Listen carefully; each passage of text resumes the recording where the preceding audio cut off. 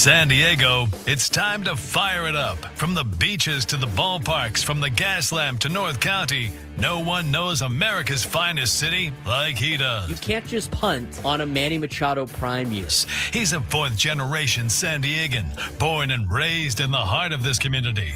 Passionate, opinionated, and always bringing you the real talk on your teams, your city, and everything in between. Braden totally knows his stuff. He's ready for the next step. That guy is good. Live and local, it's the Braden Surprenant Show. But I think Braden's one of the up-and-coming young stars in the media game in San Diego. Now, here's your host, Braden Surprenant. What's up, San Diego? And a happy Tuesday. Yes, it's Tuesday. I had to double-check that with Frank this morning because yesterday felt like a Sunday, which means today feels like a Monday, coming off a Memorial Day weekend.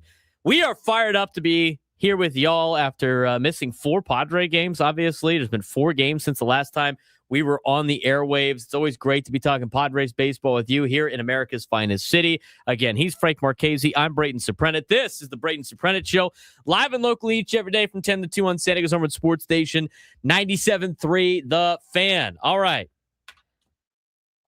Are we just going to hate on Manny Machado the entire show? Is that the goal of today? Yep. That must be the goal of today.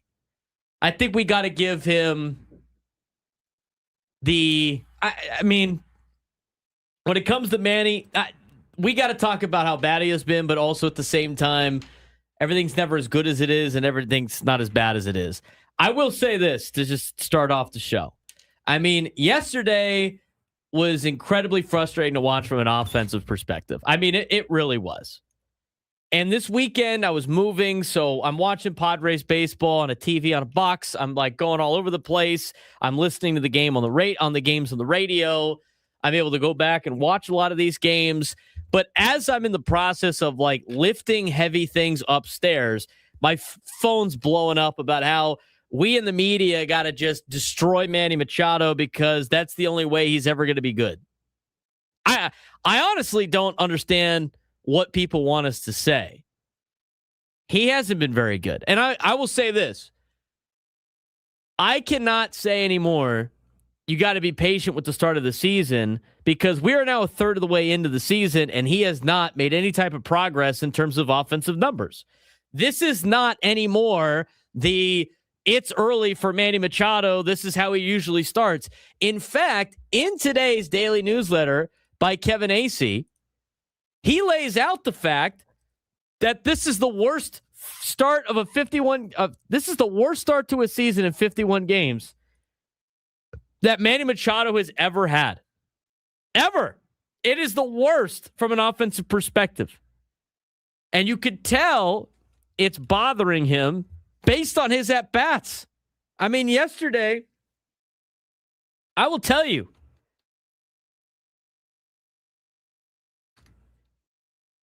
his first at-bat yesterday, with the bases loaded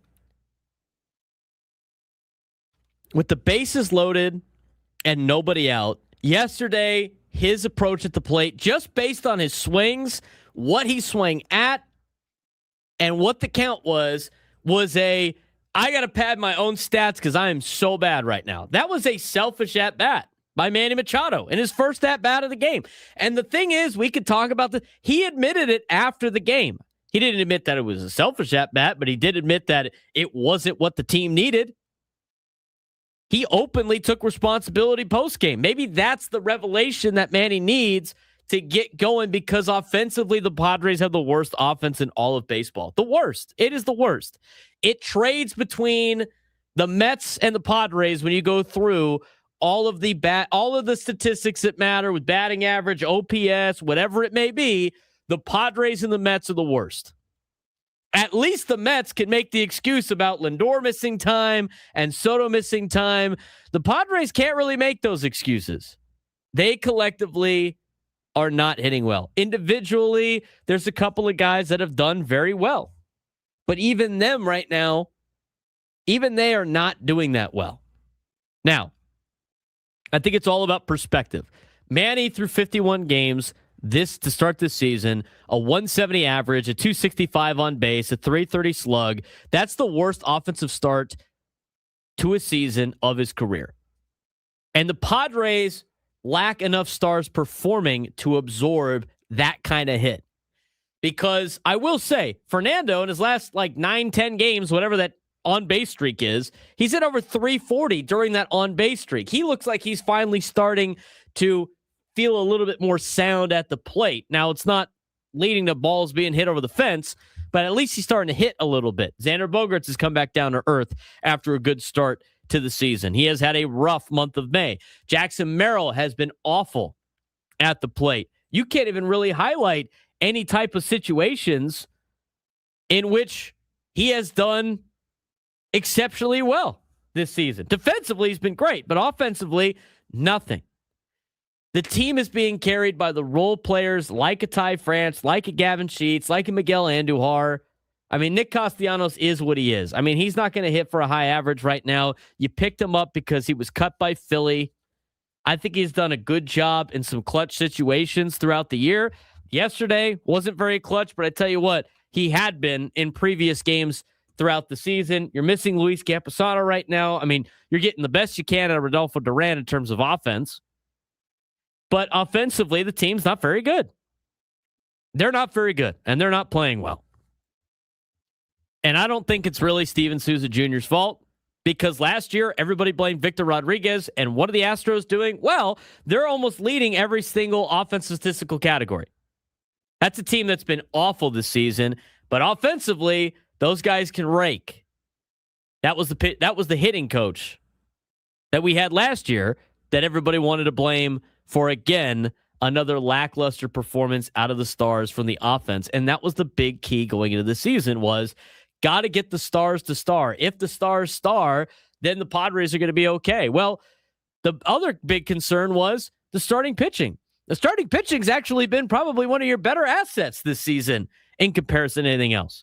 You've had solid starting pitching. You've had a great bullpen, and the offense has been awful. It's been awful.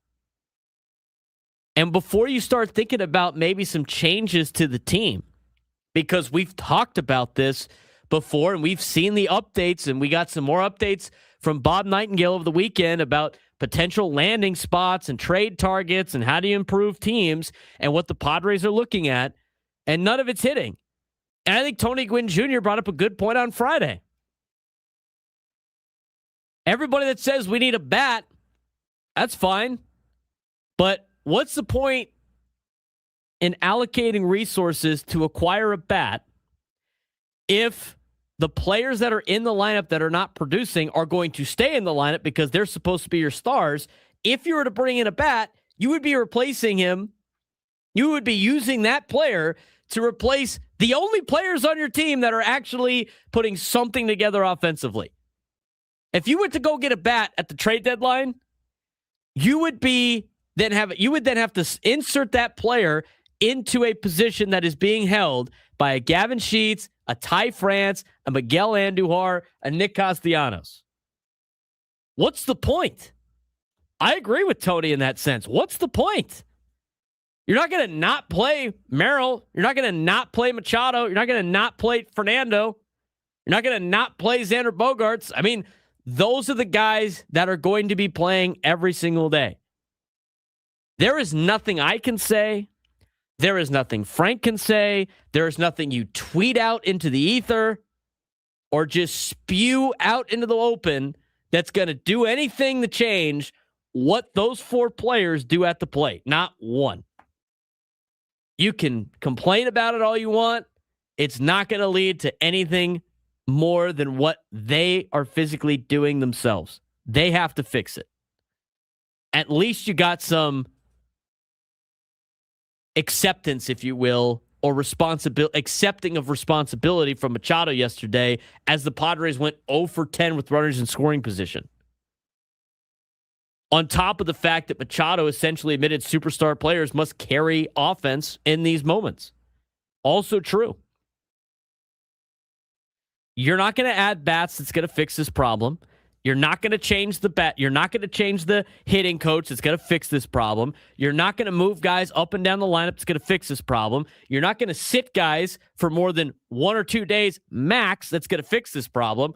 They have to fix it themselves. There is nothing else you could potentially do. And for all the people that go like, why are we continuing to do the same thing? Or that's baseball. That's what you have to do.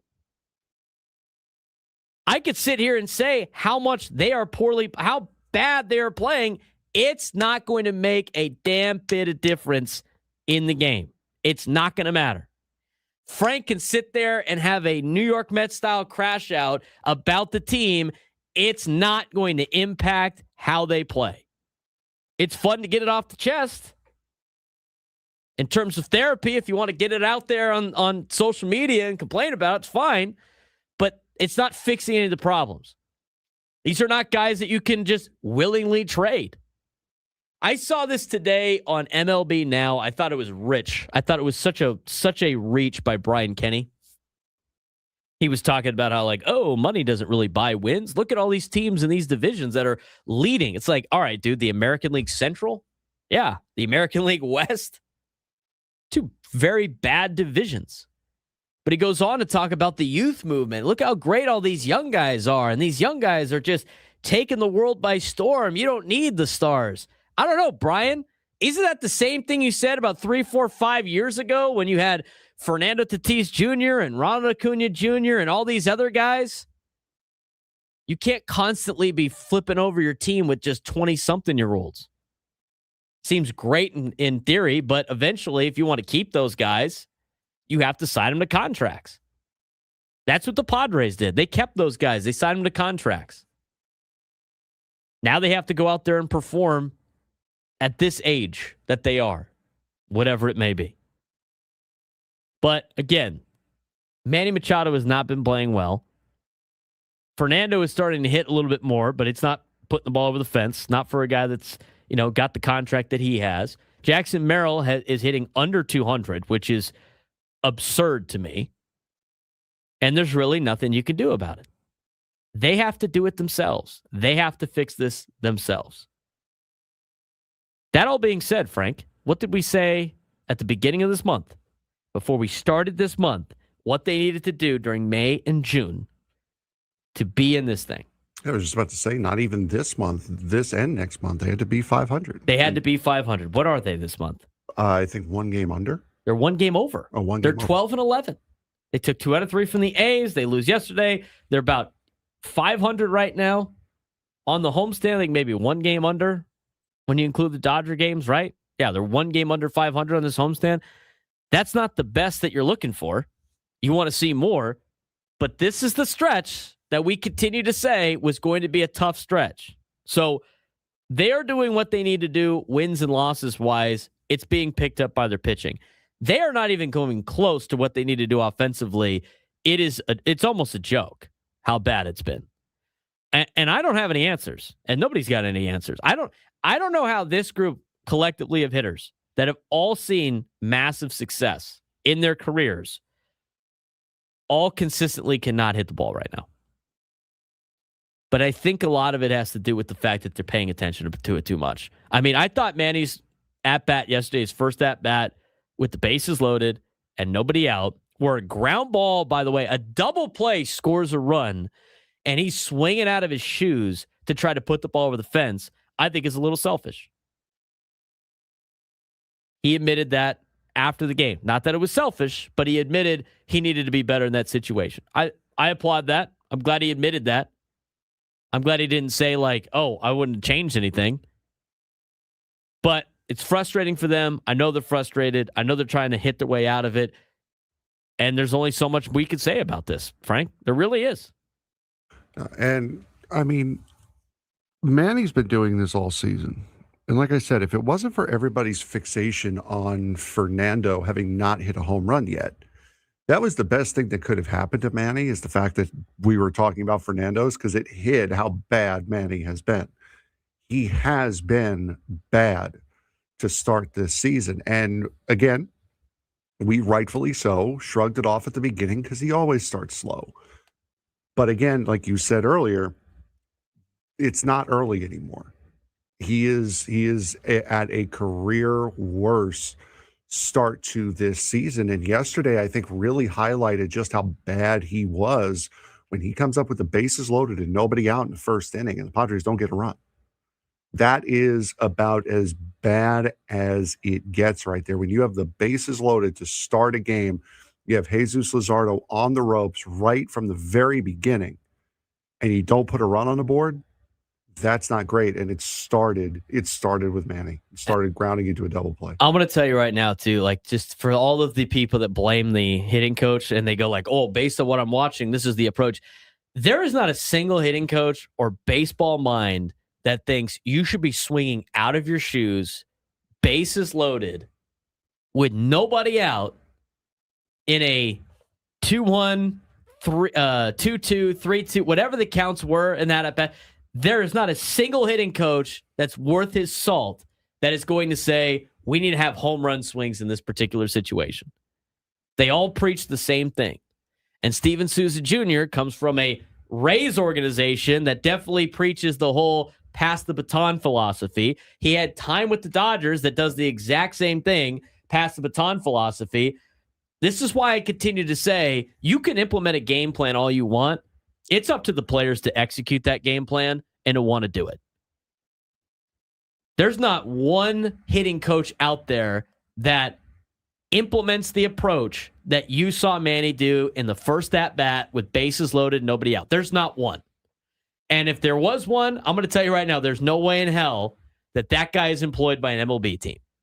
So for anybody that thinks that was Steven Souza Jr.'s fault, which is an easy, blame game deal, it's not. But I will say this, and this is a good point. You can't fire Manny Machado, but you can fire Steven Souza Jr. I don't know if that's going to do anything, and I'm not saying that's what they should do because they shouldn't. It's not. But the hitting coach blame is just getting old. This is like every time that they have any type of slump throughout the year. Now this is worse. That's not what I'm categorizing this as. But anytime, any offense in baseball, I'm going to say any offense in baseball. We're just focused on the Padres. But anytime any offense in baseball struggles, which happens to everybody over the course of 162 games, it's immediate, got to get rid of the hitting coach. That's why the average tenure of a hitting coach for an organization is 1.5 years. It's the easiest person to replace. Padres went 2-2 since our last show. They took 2 out of 3 from the A's. They've had 2 losses in a row. Last game against the Athletics, first game against the Phillies. We will talk about all of that. There was a lot of good out of the weekend, too. The pitching staff was great. Griffin Canning made 2 mistake pitches. It's unfortunate. Lucas Giolito, he got off the scrap heap, too. Doing pretty well. The pitching staff starting to solidify. We keep talking about that. They're in a good spot. They're really carrying this team right now. The negative side, it's the offense. The offense has been rough. 833-288-0973, 833-288-0973. Get your phone calls when we come back. Talk about the Padres weekend. Off and running on a Tuesday. Braden Surprenant Show, Static Urban Sports Station 97.3 The Fan.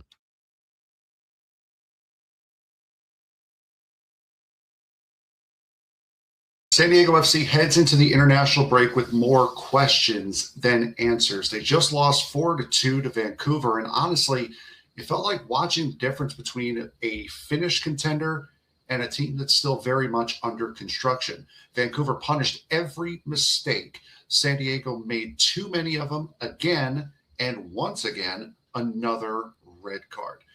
That is now 9 red cards in the last 19 matches this season. At some point, it stops being bad luck and starts becoming a real problem. The frustrating part, the talent is obvious. David Vasquez keeps improving. Brian Zambelli is only 18 and is already producing. Anders Dreyer continues to carry the attack, but every week it feels like San Diego takes another step forward and then 2 steps backwards defensively. Now this season basically resets during the World Cup break, and the summer transfer window might determine whether or not this club makes a playoff push or stays stuck in development. San Diego's FC hit another wall this past weekend against the Vancouver Whitecaps. First half of the season is officially over, and honestly, the timing for the international break could not be any better. San Diego heads into the pause after a 4-2 loss to the Vancouver Whitecaps at Snapdragon Stadium on Saturday. dropping them to 4, 5, and 6 on the season with just 17 points, a far cry from where this team was last year. Vancouver showed up this past weekend. This match felt like a reminder about where these two clubs stand. Vancouver still looks like the contender that knocked San Diego FC out of the Western Conference Final last year, and San Diego FC looks like a team that is trying to figure itself out. The Whitecaps controlled possession early, punished mistakes, and capitalized every time San Diego FC lost focus defensively. Veteran striker Brian White scored twice in the first half, while legendary German star Thomas Muller showed exactly why Vancouver brought him in. His movement, his vision, his calmness completely changed the game. Meanwhile, San Diego kept doing what has haunted them all season: turnovers in dangerous spots, defensive breakdowns, and costly disciplinary issues. The red card problem is officially a crisis. Yet again, another red card, this time Luca Bombino, was sent off in the 72nd minute after picking up his second yellow card. Now that makes 9 red cards in 19 matches, and roughly 240 minutes have been played down a man this season. That is quite a lot, and it is not sustainable. Coach Mikey Varas did not hold back afterwards, either openly questioning MLS officiating and saying the league needs to, quote, take a serious look at how often teams are playing shorthanded. So it wasn't just him griping about San Diego FC's issue. It's about the officiating crews in the MLS in general and how many red cards are handed out to teams in the MLS. Now, some of the calls have been soft, but at a certain point, San Diego also has to look at themselves internally. You cannot constantly put yourself in vulnerable positions and expect positive results. Now, the bright spots do still exist, even though this rough stretch, the young core continues to keep flashing serious promise. David Vasquez scored again and continued developing into a legitimate attacking piece. 18-year-old Brian Zembele scored late in stoppage time, and Anders Dreyer added 2 more assists, bringing his season total up to 9. Dreyer continues to be the engine of this club offensively, and honestly, that's what makes this season so difficult to evaluate, because the talent is there. The talent is obvious. The attack is dangerous, but the mistakes, especially on the defensive end, continue to wipe out the entirety of the progress. So now the bigger picture is, this doesn't feel like a bad team. This still feels like a very good team. It also feels unfinished. San Diego FC has now just won 1 of its last 13 matches, and they've dropped completely out of the playoff picture heading into the summer break. But at the same time, they continue creating chances, they continue developing young players, and they continue competing against good teams for stretches. The problem is consistency. Elite teams punish mistakes. That's exactly what Vancouver did, and that's exactly what San Diego FC did last year that they are not doing this year. So what comes next now with the MLS? The most important stretch of the season, and maybe the most important stretch in the club history after last year's playoff run, because the summer transfer window is coming, and San Diego is in desperate need of reinforcements. They need more experience. They need more composure.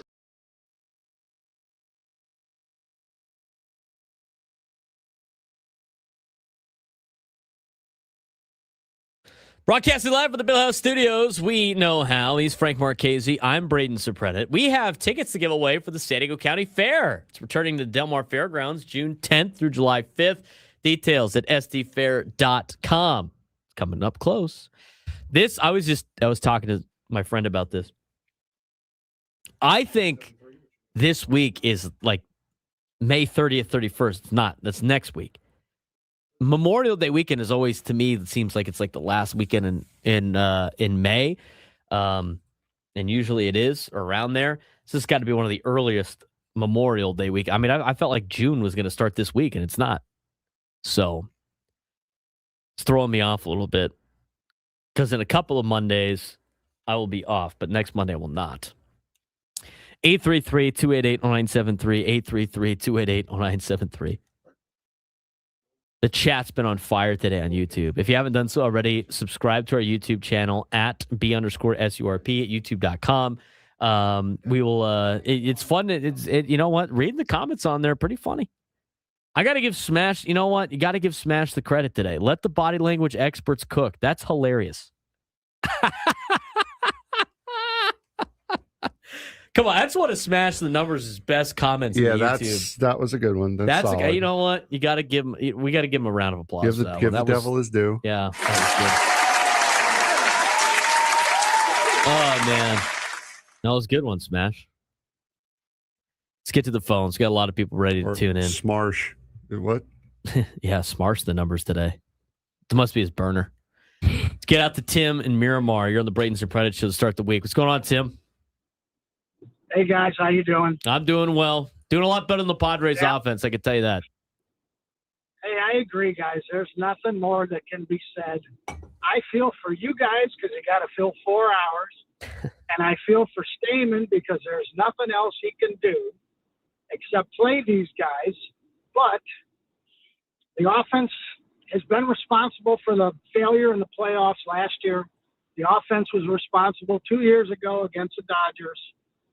And they got to figure it out. And I give Manny props for saying what he said because it, in a sense, takes the pressure off him. He can say to the media, hey, look, you read what I said. I know.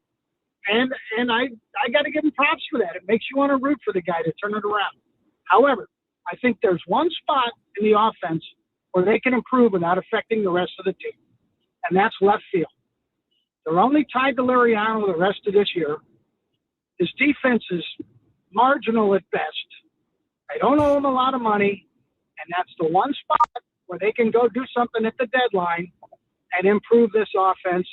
And he can go to the bench or they can, whatever. But that, like you said, they're stuck everywhere else. There's nothing they can do, and you don't want to replace any of the guys who are doing the job. And, it takes away from Sheets in left field, but he can go back to, but that's the one spot. I've discussed this with my boys. It's the one spot where they can improve this offense. Thank you, gentlemen. Appreciate the phone call, Tim. You have a good Tuesday. I don't know if I'm ready to do that yet. You gave up a lot to get him and Ryan O'Hearn here. I mean, they got to get, and he started off the season right, and then you put him in the leadoff spot, and then all things went downhill. I honestly think if you wanted to make a bat pickup, the only one that would make sense to me is if you attacked like second base and you found a second baseman of the future. That would be it to me. And then you would move Fernando back to right field. But, Fernando's been hitting a lot better at second base than he has in right field. We haven't looked at those numbers. I'm sure those are even drastically different now because he started at second base almost every game this weekend, didn't he? Yeah, and he's 5 for his last 7. Yeah, the guy's on a tear. Yeah, Yordan Alvarez. Yeah, that's a pipe dream there. That guy's getting paid a lot of money. 833-288-0973. 833-288-0973. Let's get out to Carla in Chula Vista. Carla, what's going on? Hi. I just wanted to say that I don't think it's a surprise that our pitchers are doing great because we have Stammen as our new manager. So, of course, they get that reassurance. They get those, those insights from all of his experience. And, of course, we're going to have outstanding pitching. However, I think where he falls a little short is that he's learning, and he'll learn how to relate to the hitting, right, to the Manny Machado and the Tatis. So I think also nobody has really thought about, lifestyle changes as far as it might be a little deeper because Manny has a new baby, right? And Tatis is getting married, right? So there's a lot of things going on. And I was just wondering if it's a balance issue because players' lives change throughout the season. And I think it's a balance issue that they kind of have to learn, how to balance their family life and their job. Well, I appreciate the phone call, Carla. I mean, addressing some of the human elements of what these guys deal with. It's hard to just check that at the door to go out there and play baseball. I know it's your job and you got to be able to do that, but it's hard to do that sometimes. So, maybe that could be another factor. But at this point, it's been tough to see with the way this offense is played. You want to look at the Fernando splits? If they've been updated, I just saw them. Fernando playing, this is just this year, at second base, and Fernando playing right field. You want to take a guess what he's doing now at second base? Was he hitting like 500 at second base now? 352 with an 847 OPS. In right field this year, he's hitting a $198 with a 512 OPS. I'm not saying I'm saying, That's the most bizarre split you're going to see in like all of Major League Baseball. Just how much better Fernando does playing second base, playing in the infield on the offensive side than playing in the outfield. He's got 82 plate appearances now as a second baseman and 140 as a right fielder. I think he's starting to heat up a little bit too. He's starting to warm up, if you will, just like Go Aztecs in the Twitch chat said.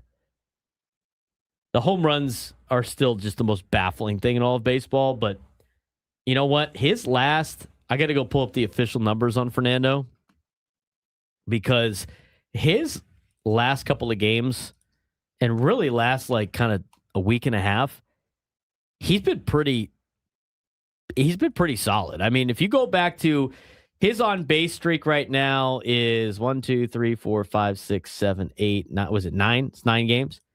You look at his last 9 games, he's hitting 344 with an 837 OPS. Starting to hit a little bit better. He's getting on base again at a higher clip. His OPS is starting to rise. So hopefully that's a good sign for things to come. Let's get out to Kevin in Chula Vista. Kevin, what's going on? Hey, Braden. Well, as the Manny and as the Fernando turns continues, and I understand the fatigue that I think is setting in with not only the players but the fans as well, because it's the same old. So there's no answers to any of this other than some of the obvious. We bought these long-term contracts, and I have to remind everybody, at the time, everybody was thinking this was the greatest thing since the second coming of Babe Ruth. So, this is what you live with long-term contracts. You don't know if players are going to continually perform up to their so-called back of the baseball cards, and when they don't, it's a problem. And that's where we're at right now, especially with Manny, who's 33 plus. You look at the tail offs that can happen to players that once they get into the 30s, some age faster than others. Look at what happened with Nolan Arenado as an example. So, we just are we have no choice. We have to live through this because, we're stuck with contracts. We can't do anything with those. These players are here. We accepted it when they were signed. We thought it was great. We thought there would be multiple World Series that would come with this. To date, there have been none. That's what troubles me most, is that we bought a lot of long-term debt, and the return on this, aside from having some batting streaks that are impressive from time to time, when it has come to crunch time, playoffs, World Series, we're not there. They haven't delivered, and that's what troubles me the most. Appreciate the phone call, Kevin. I mean, he probably hasn't seen what Nolan Arenado's done this year. Have you seen what Nolan Arenado's done this year? No, it wasn't my week to watch him. He's got an 804 OPS. He's got 126 OPS plus. Hitting 268. He's got 7 home runs. Must have found the fountain of youth in Arizona. But the thing with these long-term contracts, the reality is, do you want to keep young players or do you not? That's the question. Right, Frank? I mean, do you want to keep the guys that you have on your team for a long period of time, or do you want a brand new team every 3 or 4 years? Those are the options you have. So for all, it's never always going to be a guarantee that we have some young star player that he's going to be a star player every single year. The Cardinals right now have a lot of great young players, like a guy like J.J. Weatherhold, right? Not every one of those guys is going to put up big numbers throughout the entire course of their career. And they're going to have to make decisions and take calculated risk on whether or not they want those guys on their team in the long term. Or you could just be the Rays. And you just jettison everybody that's not, as soon as their contract ends, of their young players, like, see it, we're going to go with somebody else. That hasn't been a recipe for success either. They won't make it to the World Series. They haven't won one yet. But those are the conversations that have to happen. I mean, Tatis was supposed to be the guy that was like that every single year. And guess what? It's hard to do that every single year. That's what makes these guys crazy. And I think a lot of it is talked about. I think you see it in the NFL all the time with the way they overhype quarterbacks. You have one good year as a rookie quarterback, and all of a sudden it's like, this guy's going to be amazing. And then you have years where he's not very good. And instead of just letting the guy play his career out, you start making these comparisons, and then you set unrealistic expectations. There are a lot of teams around the history of Major League Baseball that have spent money in an effort to win a championship. Most of them don't. That's the risk you take. That's the risk you take with doing it the Rays way. That's the risk of doing it. That's the risk you take when you're doing it the Dodger way. Just buying everyone, the Yankee way. World Series is not guaranteed. A championship is not guaranteed through any of these guys' tenure. You want it to happen. That's the expectation. You sign them when you're in a competitive window to possibly go for something like that, but it's not guaranteed. Well, and the other thing, too, is when you sign these big deals, as we've mentioned before, you're going to get their best years. Yes. You are also going to get their worst ones, and they will have their worst years. I mean, it's very rare to find players that are going to be great the entire time of their existence. I mean, they're very few and far between. I mean, you look at a lot of the seasons for these star players. I mean, talk about Albert Pujols. And I'm not even talking about like his end of his years and like when he's 42 and stuff like that, which, by the way, when he was 42 and he played in 109 games for the Cardinals, he had 270 with 895 OPS. He still put together some decent years mixed in there. But you go back to when he was 33 years old, his second year with the Angels, he had 258, 767 OPS on that big contract, 17 home runs the following year. Bounced back at age 34.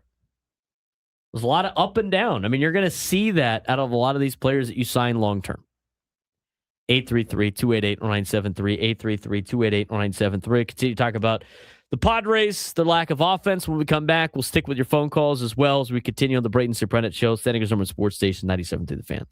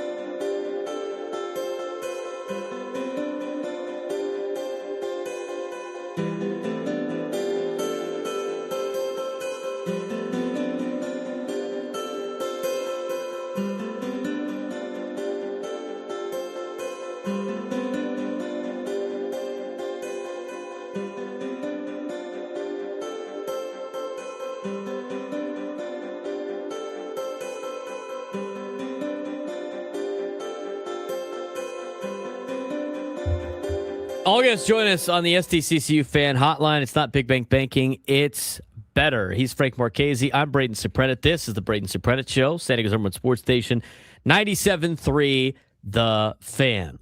Lot to talk about on the show today. Obviously, most of it circling around the offense. We'll get to the pitching in just a little bit. It's been struggling. Padres been struggling on offense. Got one of the worst offenses right now statistically in Major League Baseball with the Mets. Mets have an excuse at least. They missed Soto and they missed Francisco Lindor for periods of time. Padres don't have that luxury. Name on the front of their jersey is also a pretty significant debuff as well. Well, you know, our jerseys say Mets, therefore we can't be competent. How about the Knicks, though, huh? How about them Knicks, huh? There's nothing crazier than watching the Knicks fans celebrate in the streets. Manhattan is going to burn to the ground if they win the finals. Yeah, game one just completely broke Cleveland. I mean, they looked defeated in every other game after that. I mean, they stood no chance. After game one, they stood no chance, period. They were... I mean, you lose a 22-point lead in the final 8 minutes and then get dog walked. Didn't we talk overtime. about that last week? Yeah, that's hard to overcome. That is very hard to overcome. Knicks in the finals. Frank's going to start repping all Knicks stuff. Hey, you know what's blue and orange? It is blue and orange, yes. The Mets sacrificed themselves to the betterment of the Knicks. You won't tell me otherwise. 833-288-0973, 833-288-0973. See out to Richard in Hillcrest. Richard, what's going on? Good morning, guys. How are you? How are you guys doing? A lot better than the Padres offense. Definitely so. Yesterday's game was really tough to watch. I mean, that first inning just about killed it for the entire game. You know, I think we should stop talking about Tatis hitting home runs. Let's just focus on getting back to hitting the baseball, getting on base. There's so much more to his game offensively that he can do that I think we should let him focus on. The home runs will come. He's not a home run leader for the league anyways. So let's let him get back on base. You know, I think these guys just need to focus themselves individually, like you said. It's up to the players themselves and what they need to do. All this talk that we do on the side is not going to do anything to change their game. They've got to change it themselves. I think they can. And, you know, the home record is not good this year. And that's something that concerns me a great deal, too, is their home dominance is just not there. And I don't know why. Richard, appreciate the phone call. Their home, I mean, they got off to if I remember correctly, they got off to a slow start at home last year, didn't they? I mean, haven't they been like somewhat better on the road and then eventually like in I think it's the other way around. I think they've been a lot better at home and then just complete dog on the road. They're 16-14 at home this year, 15-8 on the road. I thought the last couple of years they had like good seasons on the road, and you're like, why aren't they playing as well at home? I think it was the other way around, honestly. It wasn't last year. It was like 2 years ago. They were just like doing so well on the road. But they rack up tons of home wins in like the second half of the season when they're playing a bunch of bad teams again. That's just how the season usually plays out for them. But I remember Padres fans complaining about that like a couple years ago. It's like, oh, why are they so much better on the road than they are at home? 2022, they were better on the road barely than they were at home in 2022. 2023, well, that was just kind of a rough year in general. They were better at home. 2024, it was pretty applicable, I'm pretty sure. Yep, they were better on the road in 2024 than they were at home. And then last year, they were actually better at home than they were on the road. But they started the season like really well on the road. By the way, he draws the foul. Chat foul. Oh, no. Is that on Smarsh? Mm-hmm. Yeah, that's a foul. Absolutely. 833-288-0973, 833-288-0973. Yeah, this year, Padres aren't doing as well at home as they have had on the road, and you want to play about 500 ball on the road and be able to take care of business at home. Right now, they're kind of doing the opposite. But you know what? That's why they're 31-22 this season. Let's get out to Frank in Rancho Mirada. What's going on, Frank? How you doing, guys? I Doing just well. wanted to get my 2 cents worth in here. You know, for about 5 years, we've had to put up with that prima donna, Manny Machado. he's not a good example for youth when he doesn't run out ground balls, and he's just above that. Last night he hit that double play ball. It was not a hard hit ball, and had he been hustling, it might have been a tied score. And we've been putting up with that with a guy that's been hitting well for years. Do we put up with that with a guy that's batting 170? And it's not exactly a brief slump he's in. Well, appreciate the phone call, Frank. Speaking of Frank, do you want to tell us what his percentile is in sprint speed, which, by the way, is only calibrated when he sprints? 3. The third percentile. That's not very good. He's one of the worst runners in all of Major League Baseball in terms of he's not very fast. Even if he did run things out, it's probably not going to matter. I'd rather have him in the line. I know it's hard to say now because the guy's not hitting very well, but I'd still rather have him in the lineup than miss a ton of times. But come on. You would think we're in last place. Their offense is looking like. Did they take 2 out of 3 from the A's? Yeah. I forgot about that. They hit a lot of home runs on Friday. They hit 2? Yep. That's a lot for this team. Did they hit 2 or they hit 3? I know I put down Manny and Laureano hit them. Didn't Castellanos hit 1 too?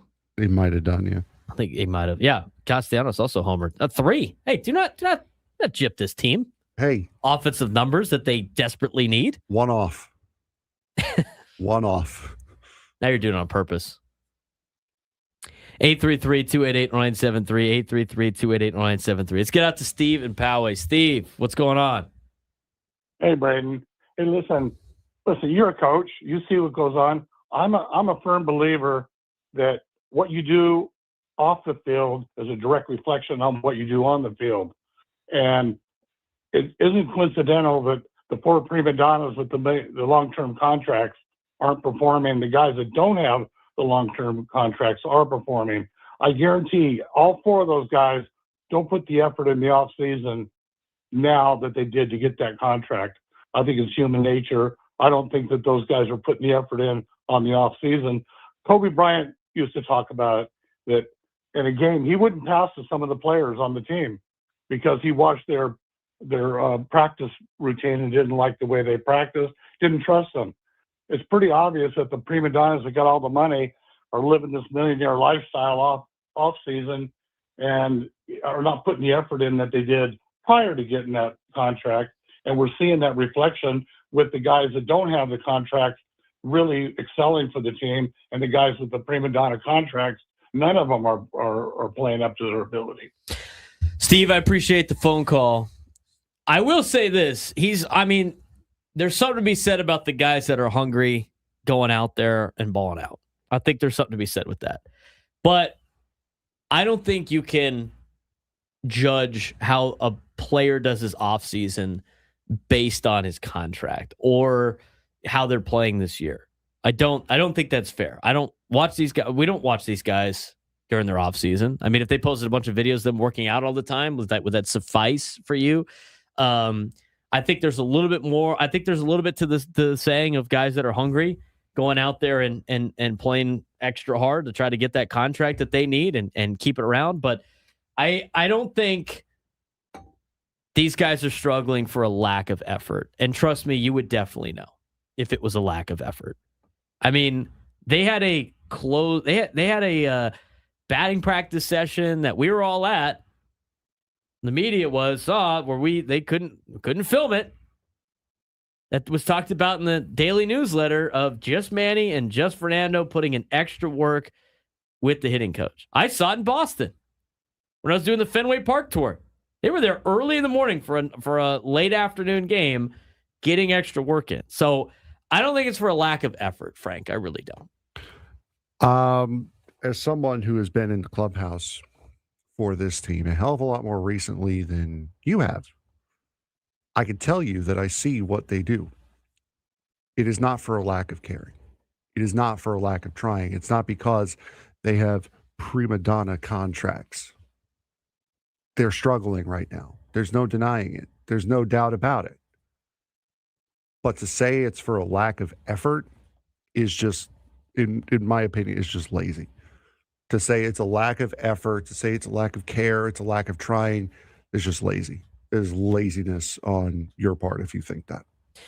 I agree. I just it's I don't think it's a lack of effort thing. And I'm going to tell you right now, again, you will notice a massive difference in the lack of effort department, because the lack of effort department is this is the other thing that this is the other thing you'd be hearing at post-game press conferences. They would be like, "Oh, I'm doing fine. I'm just in a slump. I'm just in a slump. I'm gonna do my thing. I'm Manny Machado. I'm gonna do my thing." Like, he didn't do that yesterday. He hasn't really done that. He said he flat out he took responsibility for yesterday's loss yesterday in the postgame. He did. I think that's big for a player like that. If he did it and he started blaming other things and saying he's playing great, this is that, I think you would have a little bit more of a problem if that was the case. But I don't think that's the case. So I don't see it as like a lack of effort thing. They're struggling right now. It's hard. And they have to play better. But it's going to be up to them to be able to do it. 11 o'clock hour, when we come back, we'll talk about some of the positives of Padres baseball. The pitching staff. Pitchers did really well this weekend. We'll explain further as we continue. Braden Surprenant Show, San Diego Summer Sports Station 97 to the Fan.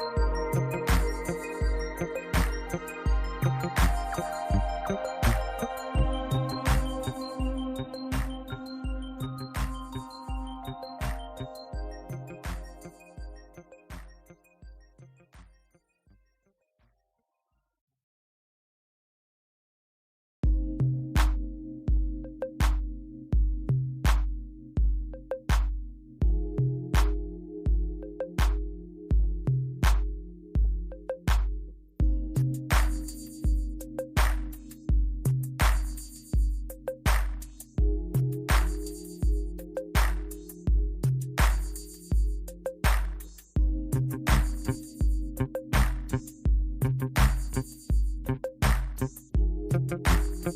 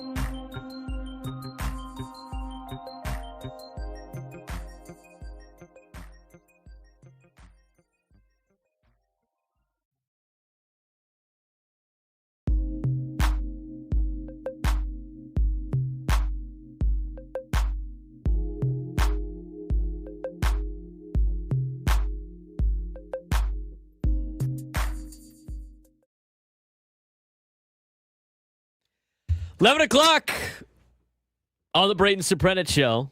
Setting us over at Sports Station 97.3 The Fan. Interesting conversation we just had off the air. But there's a lot of different ways that we can pick about that. We're going to get to some injury updates a little bit later on. Dennis Lynn was on with the morning show earlier today. Talked about some of the injury updates. Joe Musgrove, Nick Pivetta. We had updates on Jay Cronenworth over the weekend as well. But for all the negativity about this weekend for the Padres, they still went 2-2. And overall, and I know it's not sustainable. I get that. And the Dodgers are starting to win now. They've won 8 out of the last 10, where the Padres have won 6 out of the last 10. And the Diamondbacks are starting to creep up. Diamondbacks only 2 games back after the 3 wins in a row for the Diamondbacks. The San Diego Padres, as we mentioned during this stretch, need to go about 500 during May and June based on the schedule of who they're playing.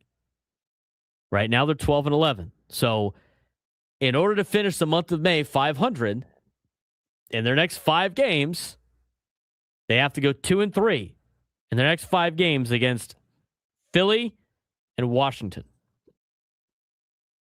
And that's it. Then they'd be 500 in May, and you weathered what is a tough part of your schedule in the storm.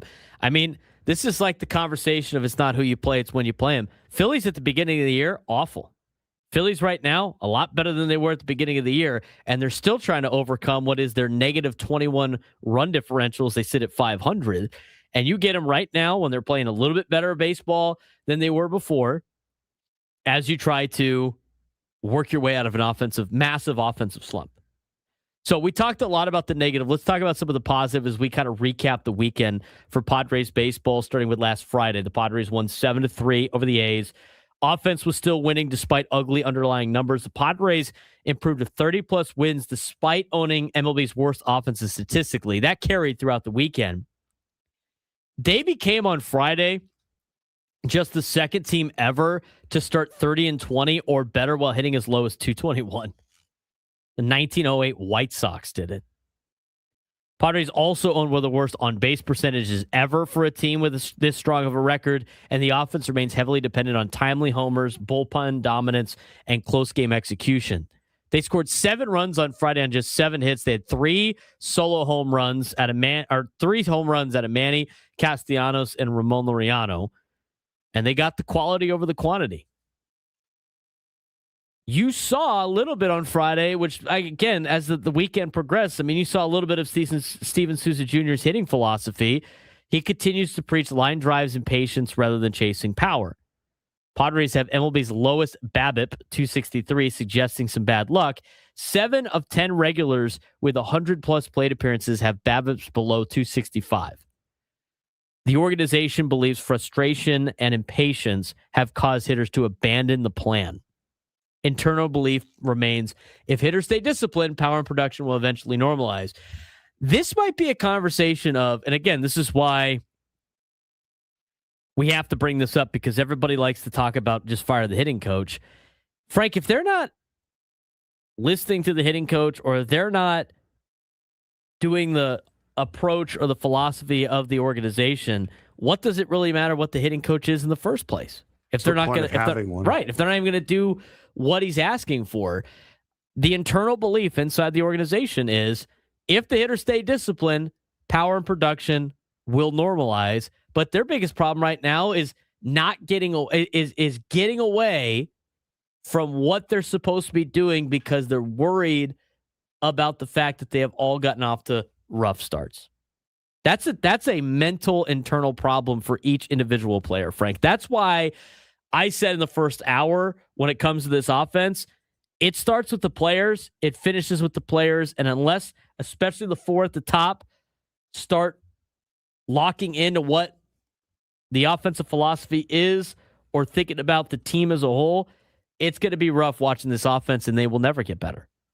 No, exactly right. And you can only lead whatever that saying is. You can only lead a horse to water, but you can't make him drink. Something along those lines. You can lead a horse to water, but you can't make him drink. Yeah, I mean that's all there is to it. Steven Souza Jr. could be saying everything right, and if everything is said right and it's put into practice, which we have seen them at times actually do what the team has been preaching. Look at Seattle.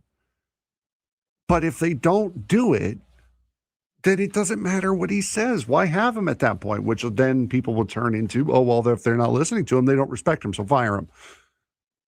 It's a process. These players, they're their own people. They're going to make up their own decisions. Some of these guys have had success in the past.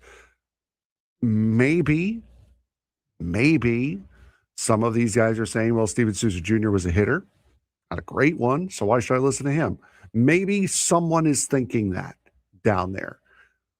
But you don't know unless they try. And when you see when they're actually doing what the approach calls for, they're having success.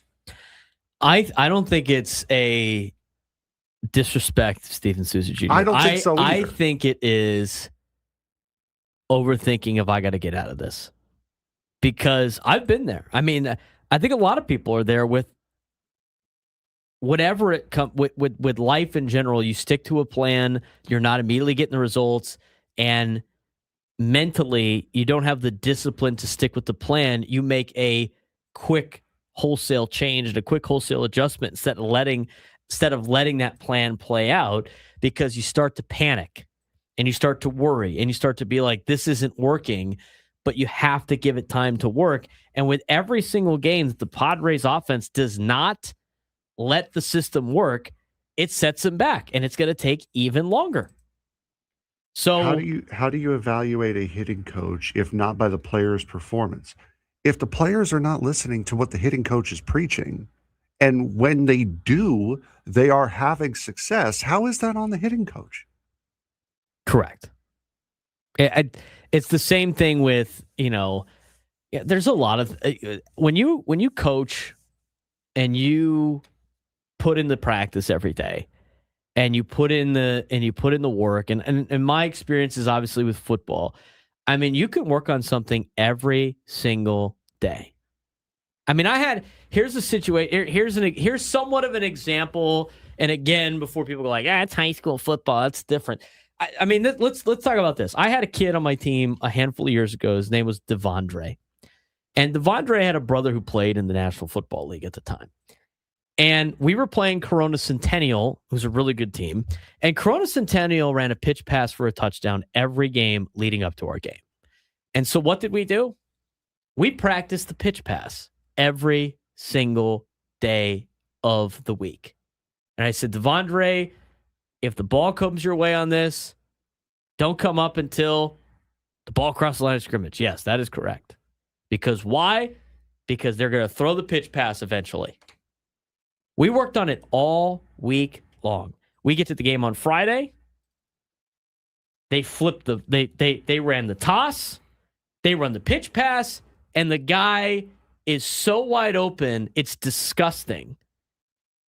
And the kid comes off the field, and I go, we worked on it all week. Where is he? He's like, oh, yeah, my bad, coach. I'll get it next time. There's not a next time. That's the one time that you have that opportunity to make that play. I can spend the entire week putting it in. You can run everything perfect the entire week. And then it comes to the game. It's up to the players to execute the game plan. Is that showing that I am a bad coach? Because that's somebody in the stands, like, mom and dad, right? The parents always like to, give their 2 cents on what needs to be done. They're not the ones that ever sign up to coach their kids, but they're the ones that always have the opinion. It's like, oh, I don't know. I told your son all week and we worked on it all week. He failed to execute that. But from anybody watching that doesn't go to practice, you sit there and go, oh, this coach is terrible. They're unprepared. I mean, at some point, the players have to take responsibility. And when you get to a situation, back to baseball, let's go back to baseball, where you have the approach at the plate. Now, baseball is a very individual sport. It's a very individual sport where you are there individually, and your individual performances add collectively with 8 others is your team element to the game. So individually, these guys have their own ways of doing things. They have their own swing. They have their, everybody's got their slightly different approach inside the game. And when you start to run somebody else's stuff, right? You're running the philosophy of Steven Souza Jr., and you're not getting the results, it is very difficult to try to continue to do those things when in the back of your mind, you're thinking about the times when you were having success and what you were doing then. And what you end up getting is a mix of a little bit of what the hitting coach is saying and a little bit of what your history is. And guess what that is?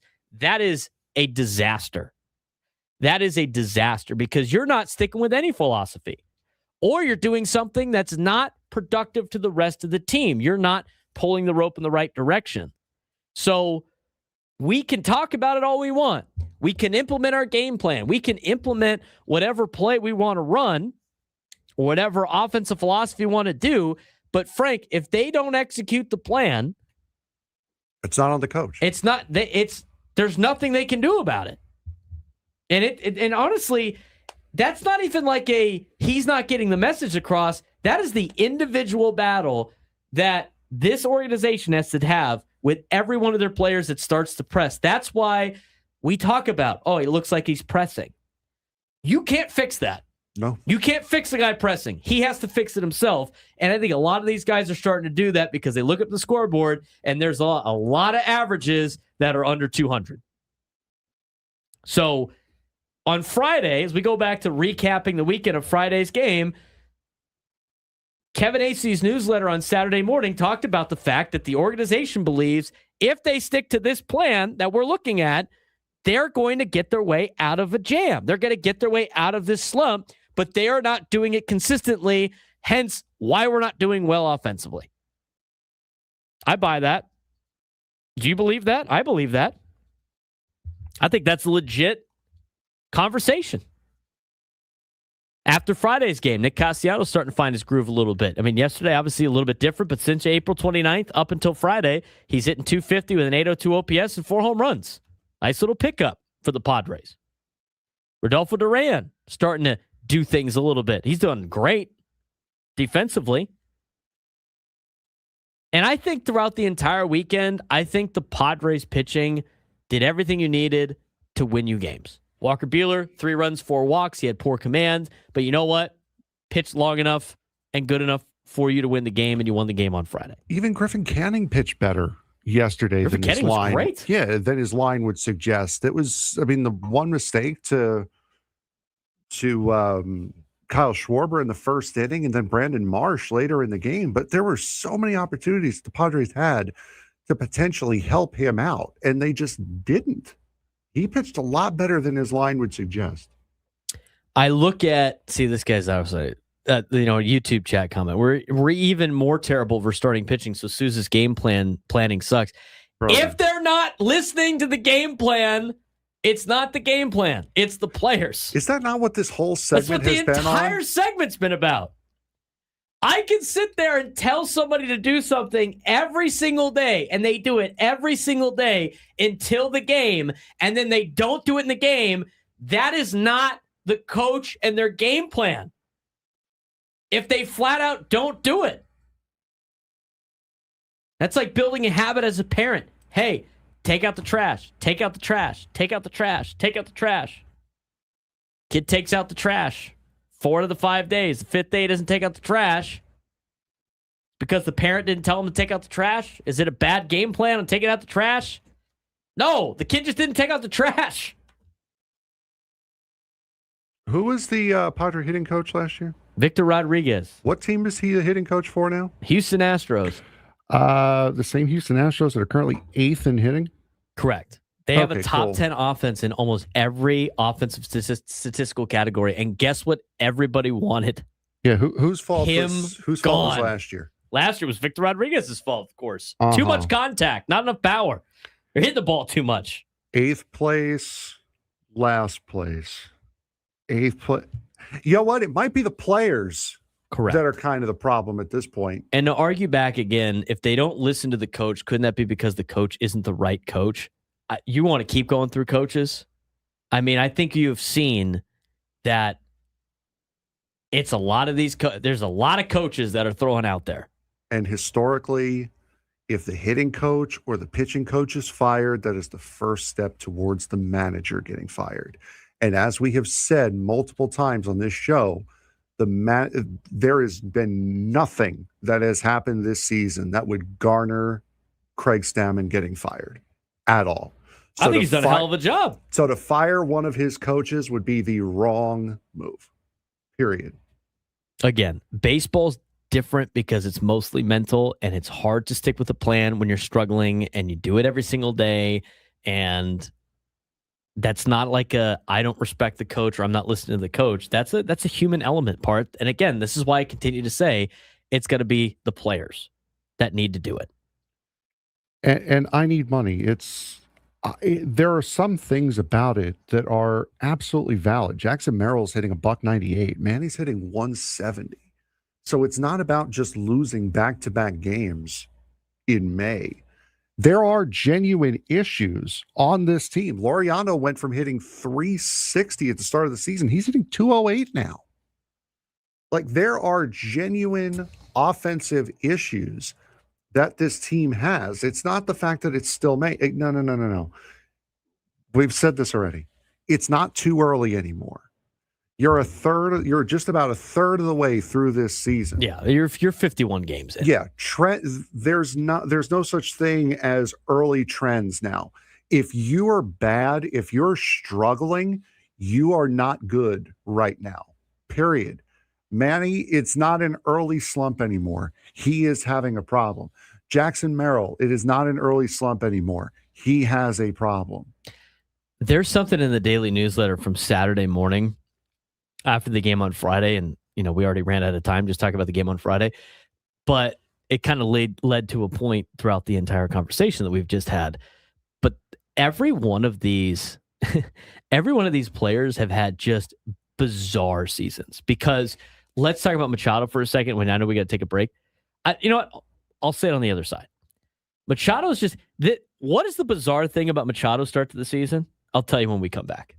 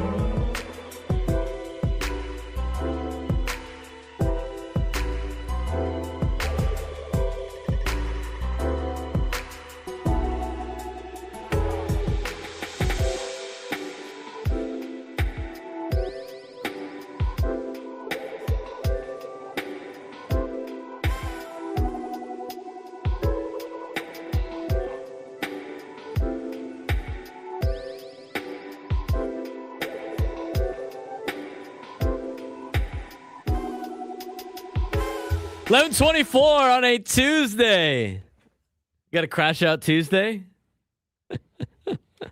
Crash out Tuesday, Frank. Yeah, there's about to be one. Some people in the YouTube chat want to see a Craig Stammen crash out to fire up the boys, so they can all be on the fence tapping with their bats on the side of the glass. Let me ask you a question.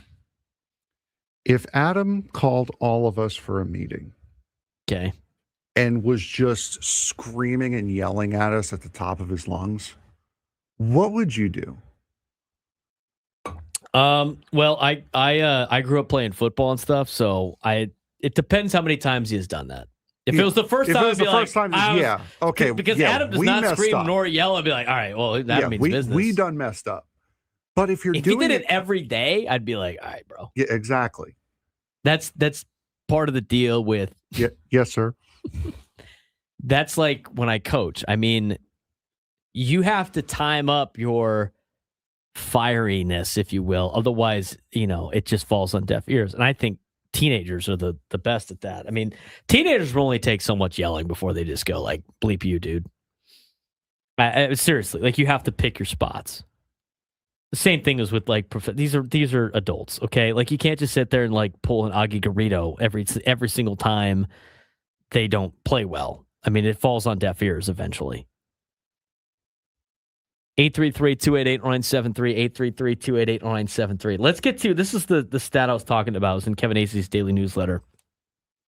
And it's interesting because of the fact that, in terms of Manny Machado this season, his numbers are, everybody on this team has some type of bizarre stat. So this was after Friday's game. He was hitting a 179. He's like down to 170 now. Yeah, he's 170 even now. He's been producing extra base damage when he does actually connect with the baseball. His two recent hits, this was like on Friday, a homer and a double. Hard hit homer on Friday was his hardest contact all season at 109 miles an hour. Padres are still waiting for sustained superstar production out of Manny Machado. He has the second most home runs on the team right now with 8. He has 8 home runs over 51 games. And he's like arguably one of the worst hitters right now in baseball. I mean, over a course of 162 games this year, he's on pace for 25 bombs. He's got 25 RBIs, which is leading the team for the Padres. He has 8 home runs, which is second most behind Gavin Sheets. I mean, he has been putting up some pretty big, not big numbers, but he's been pretty productive in terms of the run scoring and the home runs, despite hitting a $170. But it's just bizarre how he's been unable to hit consistently. It's bizarre how Jackson Merrill hasn't been able to hit 200. It's bizarre that Fernando Tatis Jr. hasn't hit a home run. It's just bizarre, Frank. There's just a lot of bizarre stats with this team. Oh, exactly. And going back to what you were saying with Manny and all the home runs he's hit, your Kyle Schwarber hit 57. He was only batting 191. So he was like the definition of all or nothing. Now Manny has not had that type of home run production just yet, but he has certainly hit some big home runs and meaningful home runs, even over the course of the last week, where you get down 2-0 early and Manny's right there to pick you back up and bring you back in. So he has had his moments this year. They certainly have not been sustainable. And at this point, you're going to look, let's just say he does go on a tear to end this season. His batting average at the end of the day is still only going to be about 250. Because it's so low now, you've got to do so much work to be able to bring it back to somewhat of a respectable level. He's going to have to hit like 400 just to get it back to 250. Going into Saturday's game, the Padres only had a couple of hits. They actually got out hit by the Athletics. On Saturday, they ended up winning the game 2-0. Bullpen's legit. Starting pitching, again, Lucas Giolito's been great for the Padres. The bullpen's been outstanding. Jackson Merrill said after that game that he had admitted the frustration had started to set in and started to weigh him down. And he talked openly about needing to have fun again. On Saturday, he had a walk, a stolen base, he doubled, he scored a run. Organization believes mental reset may matter as much as mechanics. I think that might be the case for all of these guys right now. Merrill, since then, again, still hasn't really put up really good numbers, but he admits that the frustration is starting to weigh him down. When you get frustrated like that and it's starting to play a toll on you mentally, you know what you don't do at the plate? Stick to the approach. That you're not thinking clearly, you're trying to end the misery, and you start to press. And that's a problem. Padres offense still historically strange. MLB's lowest batting average, still own one of the league's best records.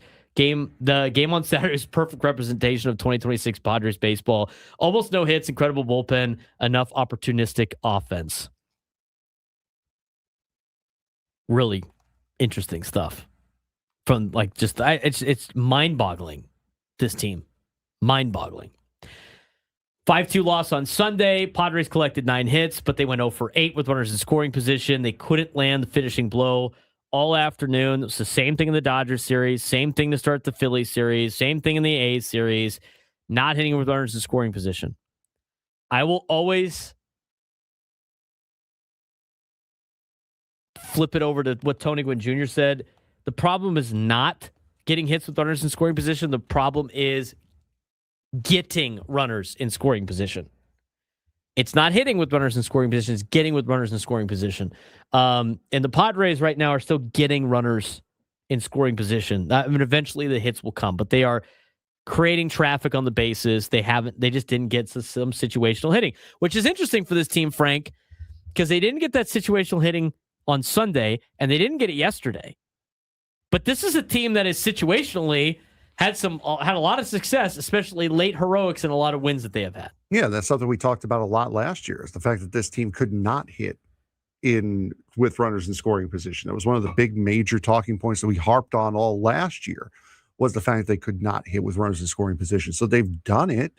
They've had the ability to. It's just you're not going to be able to do it every single time. You're not going to be able to do it every single day. Sometimes you just run into great pitching.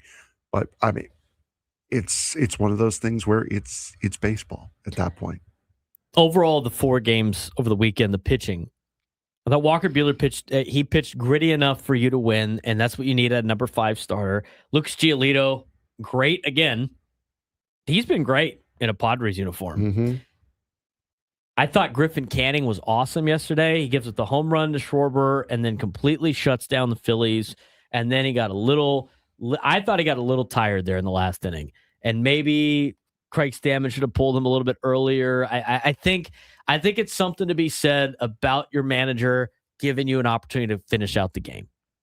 And at that point, if he makes a better pitch to Brandon Marsh, they go into the bottom of the 7th inning with a 1-run deficit, and he goes 7 innings, allowing 2 hits and 1 earned run. Instead, he goes, 6 2/3? Did he make it through the whole? They pulled him, didn't they? At that point, they pulled him after 6 2/3. So he goes 6 2/3 with 3 earned runs, which sucks. And Griffin Canning's, I think Griffin Canning has pitched better than his ERA this year. I really do. I think he's been great. I mean, the way that he mowed down the Phillies yesterday, he gave up 2 bad pitches. He was 2 bad pitches away from potentially throwing 1 hit yesterday. I mean, up until that 7th inning, he was 1 pitch away from a perfect game. Was he not? I mean, he didn't walk anybody, and he only gave up 1 hit. And it was on a bad pitch to Schwarber, wall scraper over the fence. I thought Griffin Canning was great. I preface all this by saying that Michael King was the worst this weekend when it came to starting pitching. Yeah, it was his worst outing of the season. 4 runs, out before the 4th inning ended. A's ambushed him early. He had walks, he had wild pitch, he had constant traffic, and Michael King himself said, I never felt like I had it. I mean, you're going to get some of those. But the biggest story of this team right now is not the starting pitching. It's the offense. And honestly, going into the season, it's surprising to me that the starting rotation right now is starting to be an asset for this team. It is surprising. We'll talk more about that when we come back. The bullpen's been outstanding. The pitching staff's been good. We have injury updates for you that we need to get to. Lots to talk about as we have just gotten underway here in the first couple hours of the Braden Surprenant Show. Standing Room Sports Station 97 through the Fan.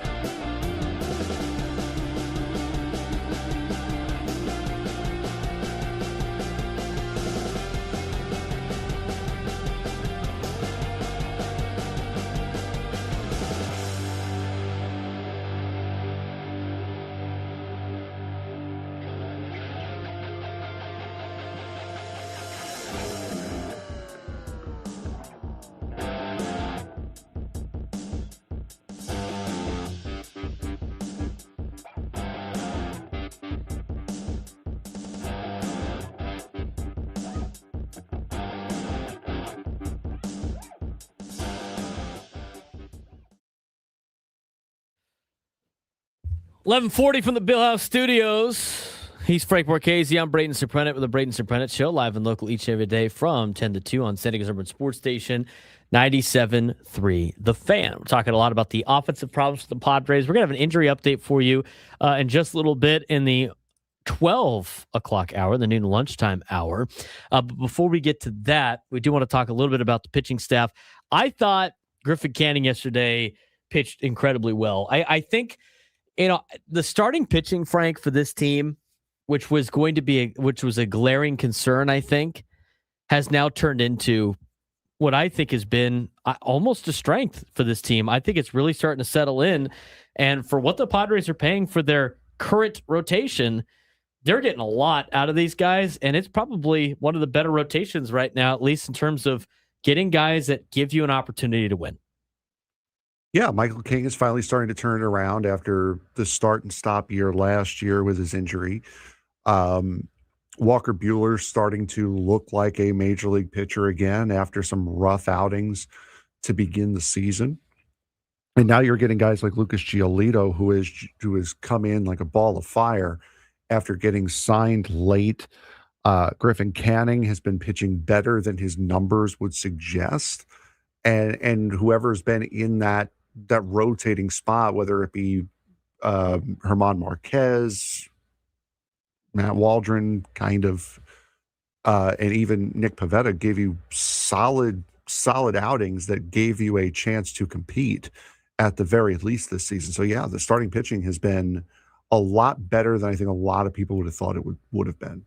Yeah, I think all of the guys in the rotation right now are helping you tremendously.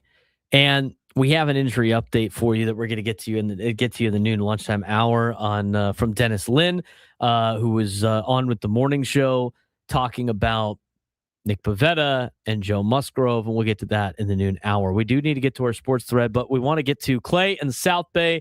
You're on the Braden Surprenant Show. What's going on, Clay? Boy, I thought I was being punished, guys. Sorry, Clay.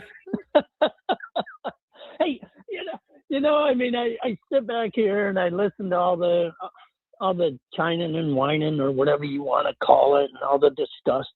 But, there is light at the end of the tunnel and it ain't the train. I'm going to tell you that right now. In 2023, we were 24-27 on May 26th. We finished 82-80. 2024, we were 28-28. We finished 93-69. 2025, we were 30-22. Let me say that again, 30-22. And we finished 90-72. This year, right now, on May 26th, we are 31-22. All I'm going to say is kick back, relax. It's going to come. And good God, we don't need to blow up anything, and we don't need to fire anybody. That's all I got. I think that's true, Clay.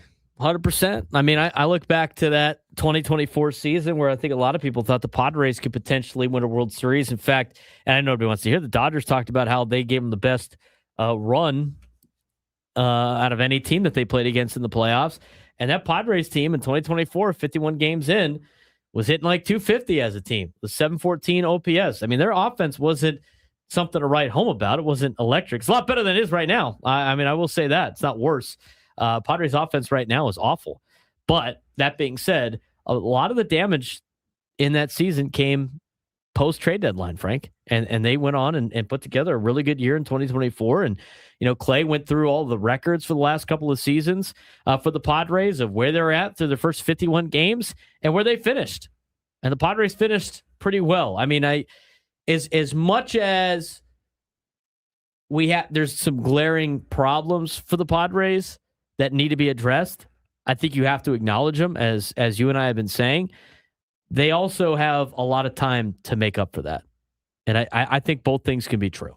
Yeah, and this third of the schedule here is by far the toughest. They're playing a lot of competitors, both in their own division and others around the league. So this is by far and away the meat and difficulty of their schedule. And as we went over a couple of weeks ago, they're going to beat up on a lot of teams in the second half of the season because that is their weak point of the schedule. The teams they have later are projected to be sellers or at least not very good come the end of the season. So I mean, this is the time where they need to hunker down. They've so far, again, a game over 500.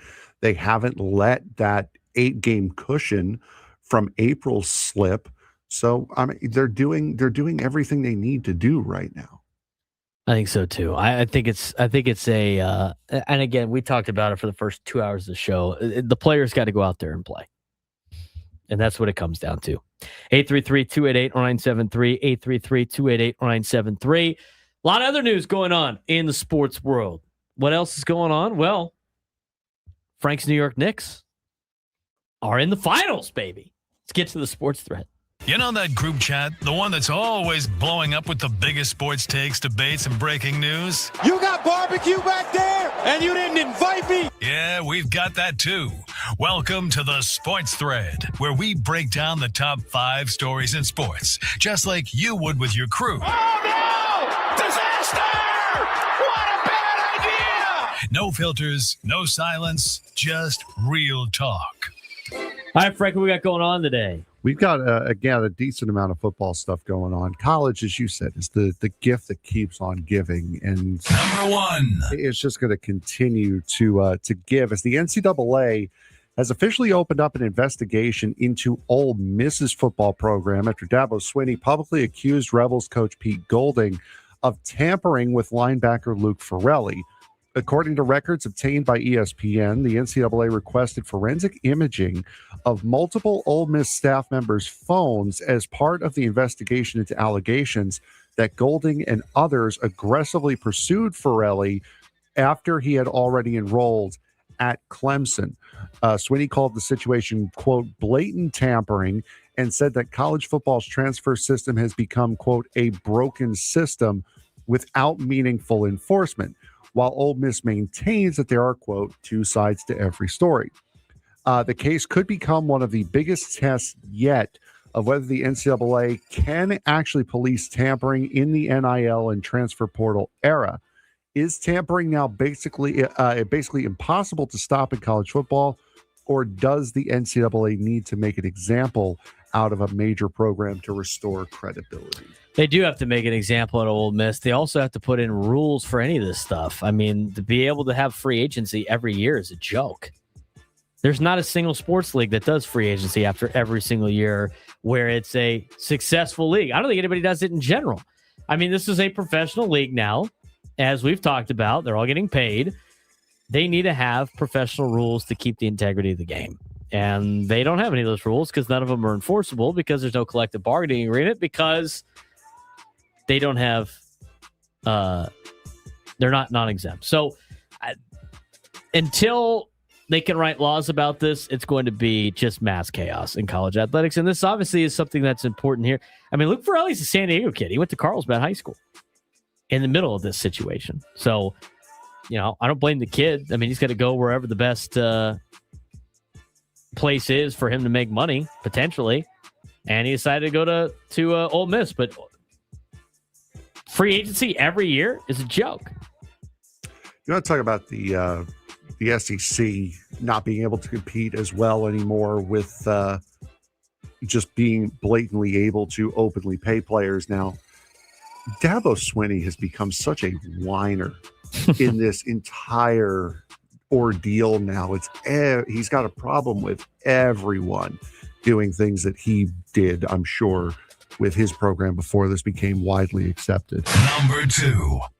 This is a story that we had talked about last year, either last year or earlier this year, that has now gotten some sort of resolution. Ron DeSantis, governor of Florida, signed the Teddy Bridgewater Act into law Friday, allowing Florida high school football coaches to use their own money to help players with expenses like meals, transportation, and rehabilitation services. The law is named after the former NFL quarterback Teddy Bridgewater, who was suspended from coaching at his alma mater, Miami Northwestern High School, after revealing he personally paid for support services for underprivileged players during the school's state championship run. The new law places limits and reporting requirements on spending, but supporters say it recognizes the reality that many coaches do far more than just teach football and often serve as mentors and lifelines for struggling students. Should high school coaches be encouraged to financially support players when needed, or does that create too many ethical and recruiting concerns in modern sports? If a coach was to spend his own money to help his own players, I think he should be allowed to do that. Yeah, if he's trying to get him a meal, I mean, like, right. I think that's it's fine. I mean, if he's gonna like individually pay for them to like go to that school, I think that's a little crazy. I don't know why you would ever want to do that to win high school games. But you know, to each their own. That's probably not something that should be allowed. But Teddy Bridgewater was trying to take care of kids that went to his high school in a bad area of Florida, and he was paying it back, and the district got upset because they weren't getting theirs.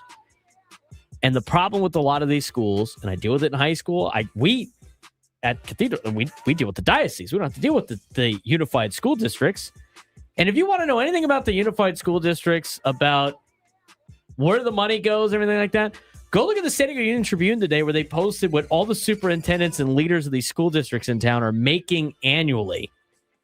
Go ahead and read that, and you'll get an idea of why Teddy Bridgewater got let go over there for helping out his own school. You want to know where the money's going? UT basically posted it today. Go look at it. It's interesting. Interesting stuff. That's all I'll say about that. It's fun. Number 3. Wander Franco was ruled criminally responsible Monday for the sexual and psychological abuse of a minor in the Dominican Republic, but a judge granted him a judicial pardon that will keep the former Tampa Bay Rays star from serving prison time. The judge said Franco was also a victim of extortion by the minor's mother, who was sentenced to 10 years in prison for trafficking her daughter. Franco's baseball future remains highly uncertain as Major League Baseball continues its own investigation under its domestic violence and sexual assault policy, while the Rays say that they will continue cooperating with the league. Franco's career was once viewed as one of baseball's brightest young success stories after signing a massive long-term contract in 2021, but the case has completely changed the trajectory of his future on and off the field. Even without prison time, should Wander Franco be allowed to play in Major League Baseball again? That's a decision for Major League Baseball, because that's a crazy story. Yes. That is a crazy story. So he doesn't serve prison time now. No, he does not. What else was his punishment? That was like what he probably got something else. I imagine. That's all it says. He won't avoiding serve prison time. Yeah, avoiding prison time. That's up to Major League Baseball to decide. I mean, doesn't sound like he should, but that's just a crazy story. Yeah. We'll see what Major League Baseball finds. For sure. Number 4. The Chicago Bears made it clear this past Thursday that they are planning to leave Chicago after more than 100 years in the city, saying they've exhausted every opportunity to remain at Soldier Field. The franchise is now focused on 2 potential stadium sites, Arlington Heights in the suburban Illinois or Hammond, Indiana, where lawmakers are aggressively trying to lure the Bears across state lines with plans for a domed stadium. Team president Kevin Warren said the organization hopes to decide a location sometime in the spring or summer, which would mark one of the biggest stadium and relocation developments in recent NFL history. Should the Bears stay tied to Chicago and Soldier Field tradition, or is moving to a modern suburban or Indiana stadium the right move for the franchise's future? I mean, if they move to Arlington Heights, they're still in they're still kind of in Chicago anyway. Yeah. It's not even that far. And then what was the other place? Hammond, Indiana. As long as they continue, which is like right on the border. As long as they continue to call themselves the Chicago Bears, does it really matter? I mean, because they're not in downtown Chicago. I mean, I think this is a different situation than like the Chargers situation. I got news for most people. Organizations want stadiums built for them, and if they have to pay for it themselves, it usually doesn't end well. And so we'll see what the Bears decide to do, but it doesn't sound like they're on the same page with the city of Chicago. But they're still going to be called the Chicago Bears. New lunchtime hour when we come back. Updates on injuries for the Padres.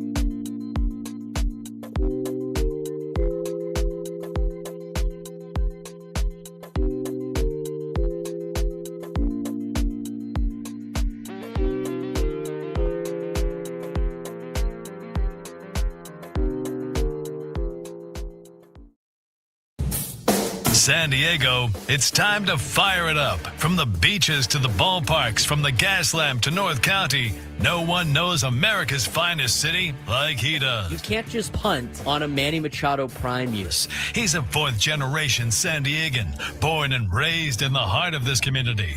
Passionate, opinionated, and always bringing you the real talk on your teams, your city, and everything in between. Braden totally knows his stuff. He's ready for the next step. That guy is good. Live and local, it's the Braden Surprenant Show. But I think Braden's one of the up-and-coming young stars in the media game in San Diego. Now, here's your host, Braden Surprenant. New lunch 7 hour of the Fan. He's Frank Marchese. I'm Braden Surprenant. It's the Braden Surprenant Show. San Diego's number one sports station, 97.3 The Fan. Good to be with all of you. Today, we broadcast live from the Bill House Studios. We know how on a May Gray Tuesday for most of the county today. Didn't see too much May Gray till the end of the month, so I guess it'll be a June gloom month coming up. Maybe. Hope not. Don't need it to be scorching hot either. Yeah, what's the gimmick for July? July, good God, why? Sure. Did you just come up with that yourself? I did, yes. Oh, nice. Well done. Not bad. 833-288-0973, 833-288-0973. If you want to join the show today, we're going to get to your phone calls in just a second. We do have some updates on the injury report for the San Diego Padres that we want to pass along as well. But first, let's get out to Dan and El Cajon. Dan, what's going on? Hey, guys. Wow.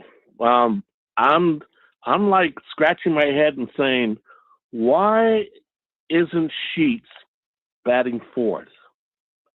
I look at the stats. I look how he's producing and who's not producing at the number 4 batting spot, and I'm going, we've got to score. We've got to put runs on the board. That means our first 4 batters need to get some runs across the plate, and we're not doing it. And I'm thinking maybe it's time to move Manny down to 5 or 6, probably 5. But we definitely need Sheets in the top 4. Well, he's been hitting pretty well, and I appreciate the phone call, Dan. We've talked about this a lot, Frank, but sometimes guys thrive in the spots that they're in. And sometimes when they get bumped up to a more, quote, important role, they get attacked differently from other teams, and then they don't have those numbers. I think Ramon Laureano has been the perfect example of that so far this year because he was batting around 7th at the beginning of the season, was doing really well. They moved up to leadoff spot, and he hasn't recovered. So I'm not opposed to having Gavin Sheets bat in the top 4th. I'm not opposed to him batting cleanup because right now he is doing well. But, I mean, you might as well, Frank, just inverse the lineup if you want and have all the role guys bat 1 through 4 and then have all the stars bat near the bottom of the order. They still have to produce if you want this team to win. And by the way, hasn't Gavin Sheets hit near the top of the order for most of the games?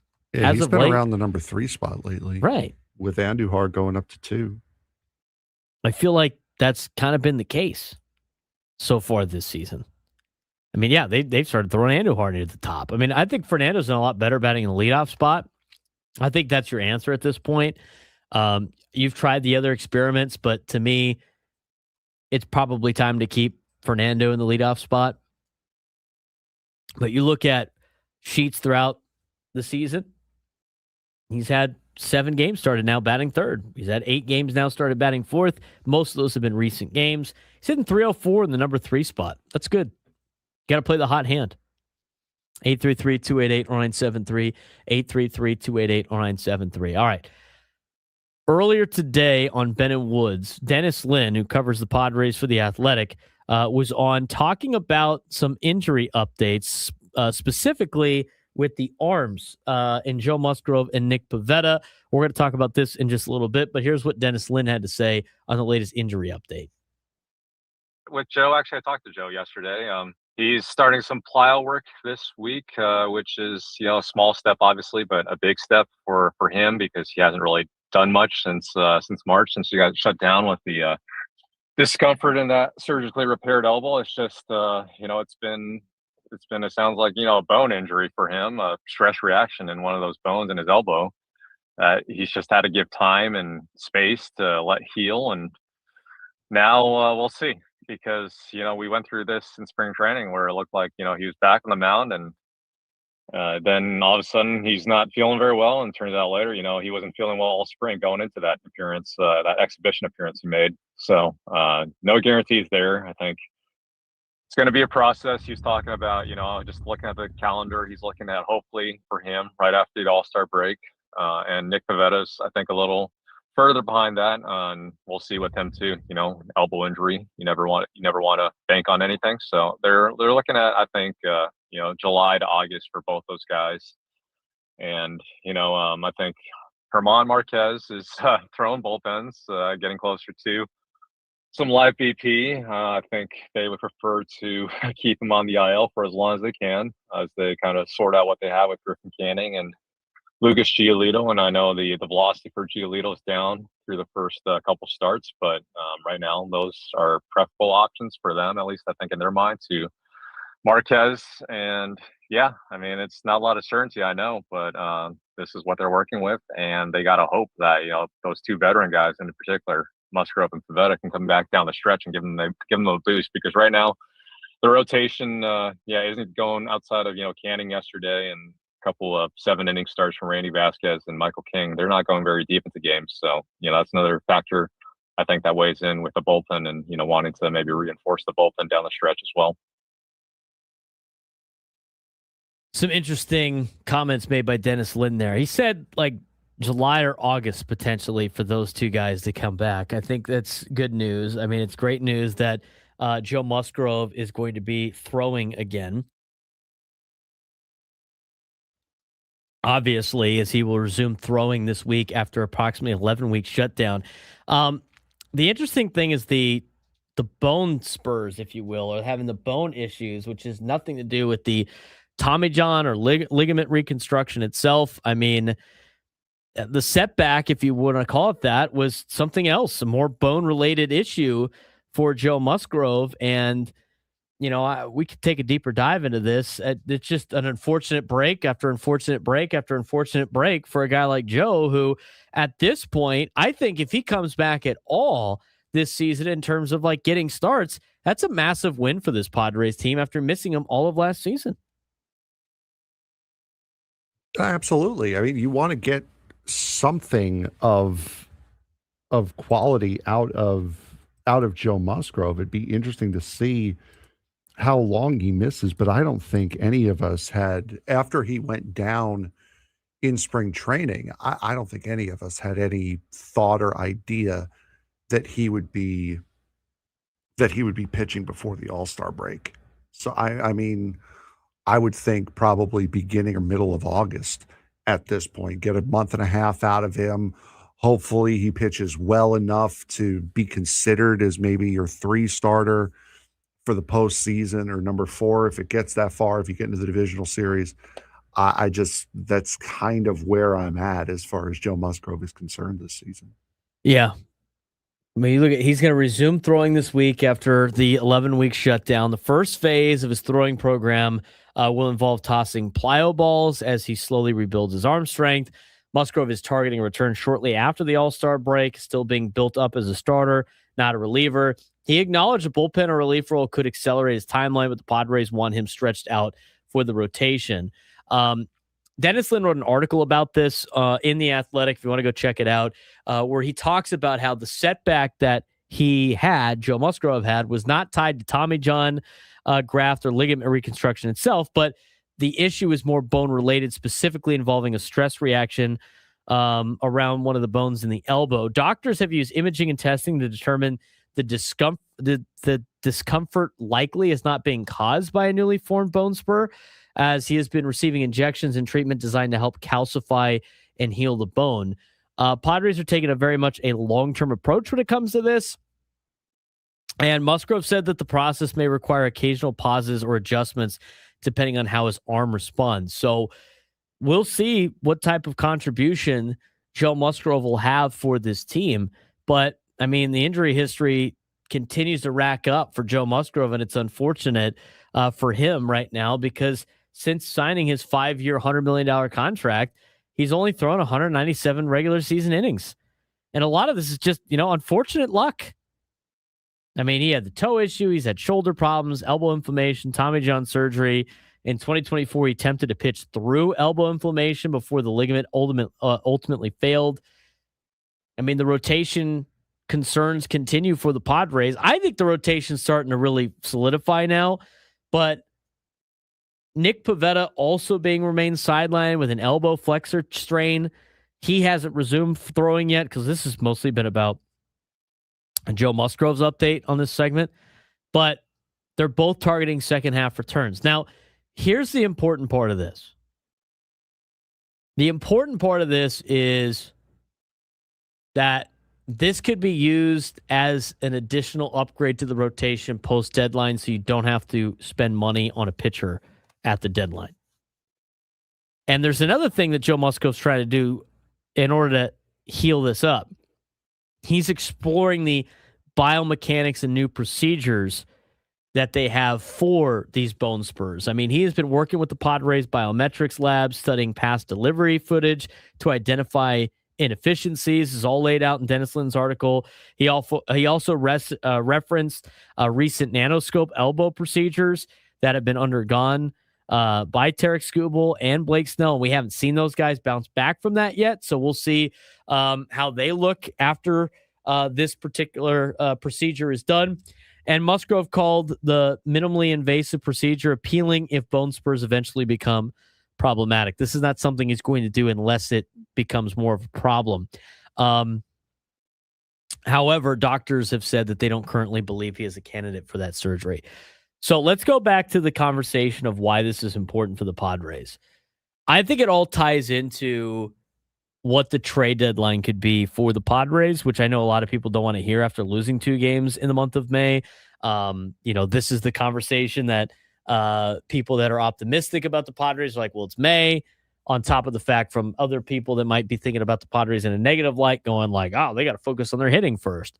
But when you start to talk about the trade deadline, Frank, and you start to go through what limited resources you may or may not have to acquire certain talent for this team, in terms of what you need desperately right now, let's throw out anything that we've already talked about. But what does this Padres team need a big boost in right now going into tonight's game? What out of the 3 phases of this game, whether it be, I'll say 4, starting pitching, bullpen pitching, defense, or hitting, what's the one thing that if you could upgrade right now about the Padres going into the night's game against the Phillies, what would it be? Going into tonight's game, period, not... Period. Like, what is the most glaring concern for this Offense. Padres team right now? It's offense. Right? And then after that, you'd probably say starting pitching. I mean, I think starting pitching has been pretty good, but if you're talking about where you could use some upgrades, if you had to rank those 4 things, I'd go batting, I'd go hitting, right? Offense. I'd then go starting pitching. I'd then go bullpen, and then I don't really care about... I'm never going to acquire somebody to be better at fielding. It's not something that really floats my boat. But that's the order of how I would do it. Would you make any changes to that in terms of like how to address certain needs? Because everybody's got problems across the board. That's how I would... That's the moment of... That's the shopping list, if you will. Well, if that's the case, and we start to look at the strategy going into the trade deadline of how do you make this team not a team that can just make the playoffs, because I think they've shown that they can make the playoffs despite their offense not being good. I mean, they, and regardless of what you want to say about is this way of winning sustainable and all that other conversations, this team has shown that at this point, a third of the season is in, the Padres are right in the thick of playoff contention. So this is a team that's good enough to make the playoffs. But if you want a team to actually win in the playoffs and potentially win a World Series, what needs to be addressed? Well, let's talk about the bats situation. I think Tony brought up a good point last Friday on Gwynn and Chris. When you have limited resources and you can only spend it on one thing, if you are going to acquire a bat, where is that bat going to play on this team? Realistically, where is that bat going to play?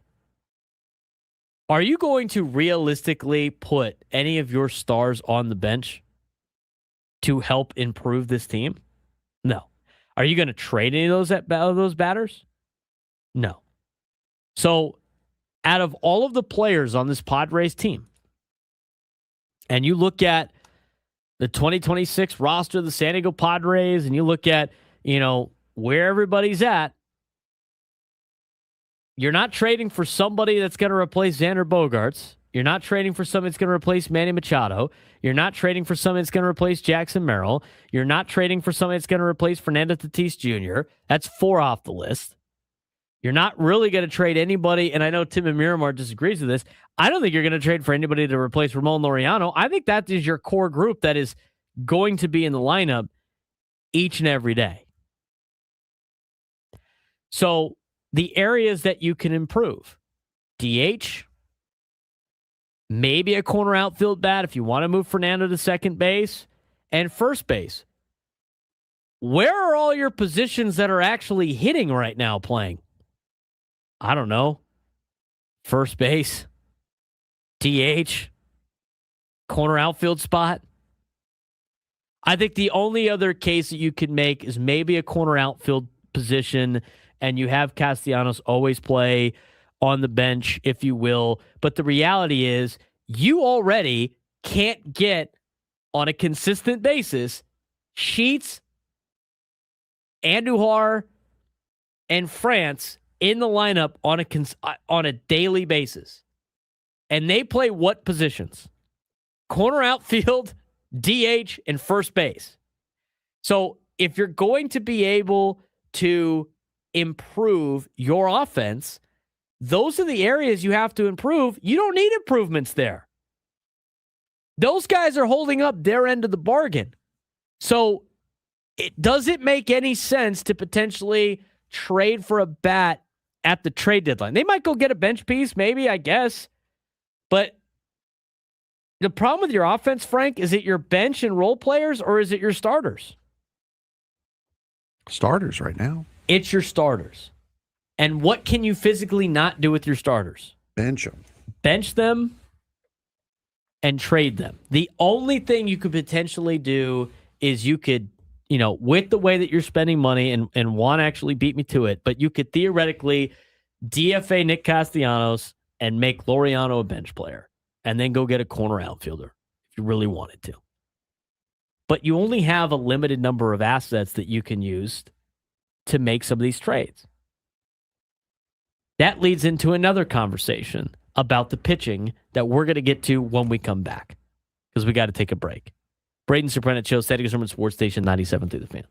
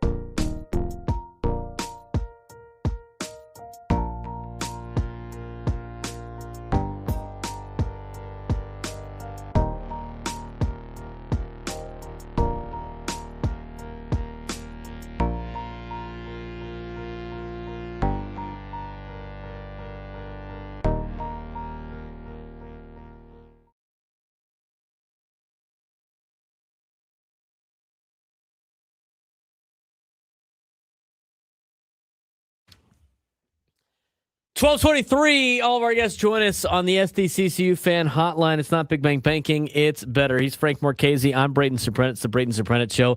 Sega Suburban Sports Station 97.3 The Fan. In the 1 o'clock hour, we'll be giving away a 4-pack of tickets to the San Diego County Fair, returning to the Del Mar Fairgrounds June 10th through July 5th. Details at sdfair.com. 1 o'clock hour for that. When we come back on the show, we will need a contestant for a midday sports standoff. If you could take me down in sports trivia, you would be qualified for a shot at our grand prize, a $500 gift card to Westgate, Las Vegas, the home of legendary Vegas fun. Now offering the breakaway from fees package, including a $75 daily dining credit, 2-day spa passes, daily cabaret tickets, complimentary valet parking, and no resort fees. Special rates starting at $89 a night. Book now at westgatelasvegas.com. All right, let's get back to this conversation about the lineup, because I think it impacts a lot of different things. And this is how I'm going to relate this back to Joe Musgrove and to maybe Nick Pivetta later on in the season. So we talked about the most glaring need for the Padres right now. If you're going into a game today and you can upgrade something, that is what, Frank? Offense. We've gone through the fact that most of the guys that need the upgrade are players that you can't physically upgrade because of the contracts, because you're not trading them, you're not going to bench in these guys. The only thing you can do is very slight, and that is maybe get a situation where you get somebody that's better than Ramon Laureano and you put him on the bench, which I think you can get a lot more out of Ramon Laureano. We've seen it in a Padres uniform. So I honestly don't think there's too much that you can upgrade with the offense. These players have to play. Your stars have to perform, which leads you to the next thing, and that's starting pitching. Well, what's the most expensive thing to acquire at the trade deadline? Starting pitching. And over the weekend, and we'll talk about this later in the 1 o'clock hour, over the weekend, you got your daily or your weekly component, your weekly hit, if you will, by Bob Nightingale on what's going on around Major League Baseball. That always happens on Sundays. And the Padres were linked to a couple of things on there. And to me, when it comes to starting pitching, it would be nice to get another starter for this rotation. You can never have too much pitching. But that costs the most. And I don't know if you have enough to be able to trade for a top line starting pitcher and be able to keep a guy like Ethan Salas. I just don't know if that's possible. I think the rotation itself right now has been solid. I think Michael King, aside from Sunday, which was his worst outing of the year, has been an ace-type player. I think Randy Vasquez has been a nice number 2. I think Lucas Giolito and Griffin Canning has been great in 3 and 4. I think Walker Buehler's done a great job as a number 5. I think the importance of getting Joe Musgrove built up and potentially back at the end of the year, and a guy like Nick Pivetta, that is your trade to acquire starting pitching. You saw the rumors with, Tarek Skubal, and there's going to be and this is in the piece by Bob Nightingale that we're going to talk about in the 1 o'clock hour. But he talks about how there's 4 teams that could acquire this Tarek Skubal, and one of them's the San Diego Padres.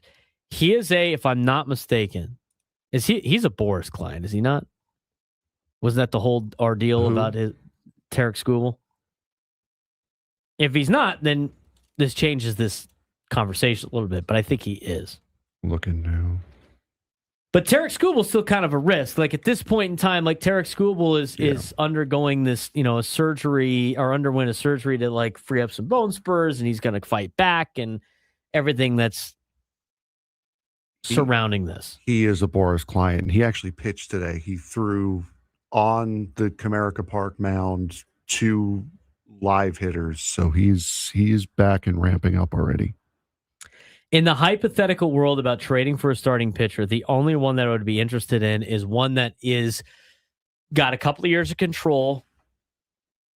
Okay, so you can solidify your rotation for the future because, again, you don't know what you're going to get with Yu Darvish if he's even going to play anymore. I know he's not taking any money from you right now, but he's under contract still. Joe Musgrove's under contract. Regardless of what happens at the end of the year, Nick Pivetta will be a free agent. Michael King has the ability to opt out. You sign 1-year deals on these, in theory, the Lucas Giolito and Griffin Canning and Walker. You don't really have, outside of Randy Vasquez, you don't really have guarantees for the starting rotation. So if you're going to spend capital on pitching in the starting rotation, you got to get somebody that's going to be on the team long term. Now, if you want an impact guy that could potentially win you a World Series, the only way I would give up capital for a starting pitcher is if it guaranteed that you could re-sign somebody like a Tarek Skubal, but we already know that as a Boris client, he's going to test free agency. I don't even think injuries to him this season is going to deter him from doing that. So unless that's the case, a trade and then sign, starting pitching is kind of out of the realm of possibilities for the Padres at the trade deadline unless you pick up another arm that you already have. That's why I think it's important to understand the severity of Joe Musgrove coming back at the end of the year.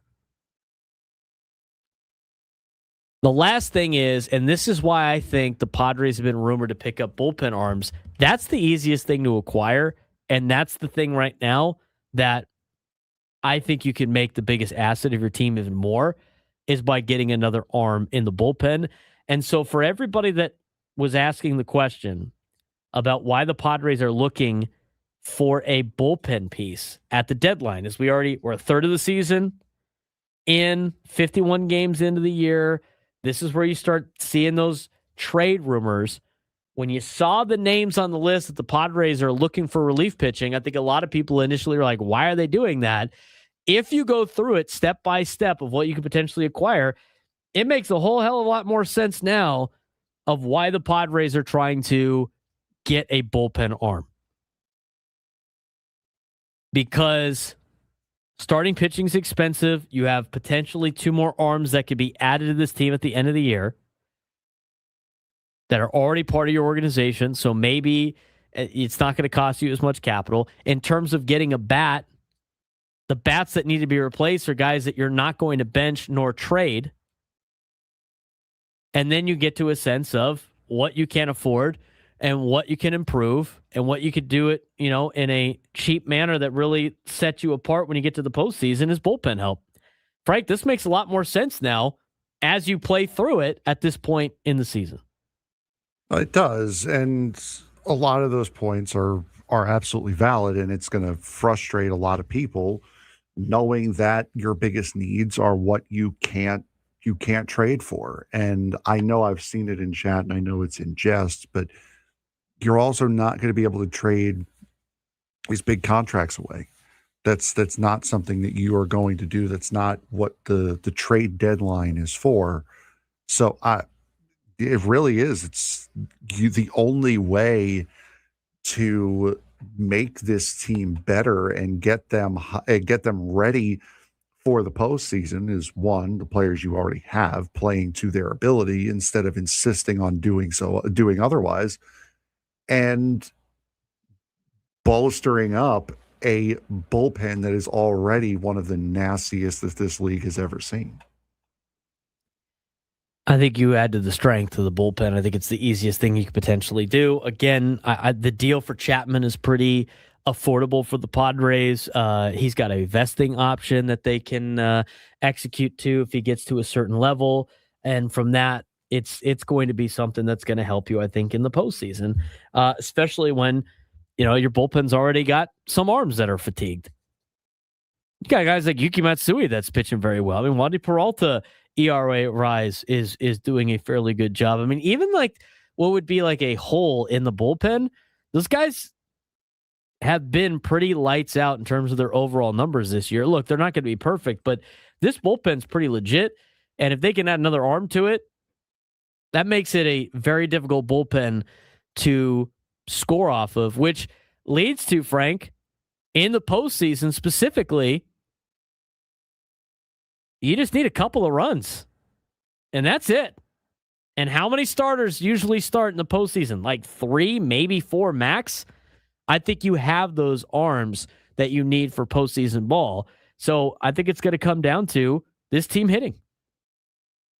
That's the situation, unfortunately, you can't fix, and the players have to fix themselves. 833-288-0973, 833-288-0973. When we come back, we'll get to our midday sports standoff. We need a contestant for that and continue our conversation about the Padres over the weekend. In the 1 o'clock hour, we got tickets to give away for the San Diego Fair. We'll get to that as well as we continue on the Braden Surprenant Show, Settings Urban Sports Station 97 to the Fan.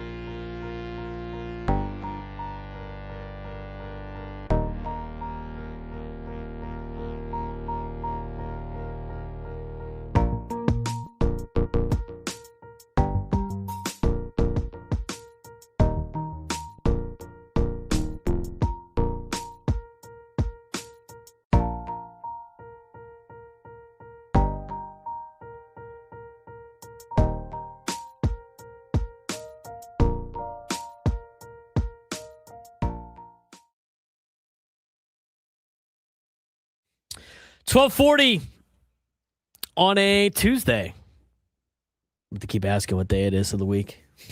After a long weekend.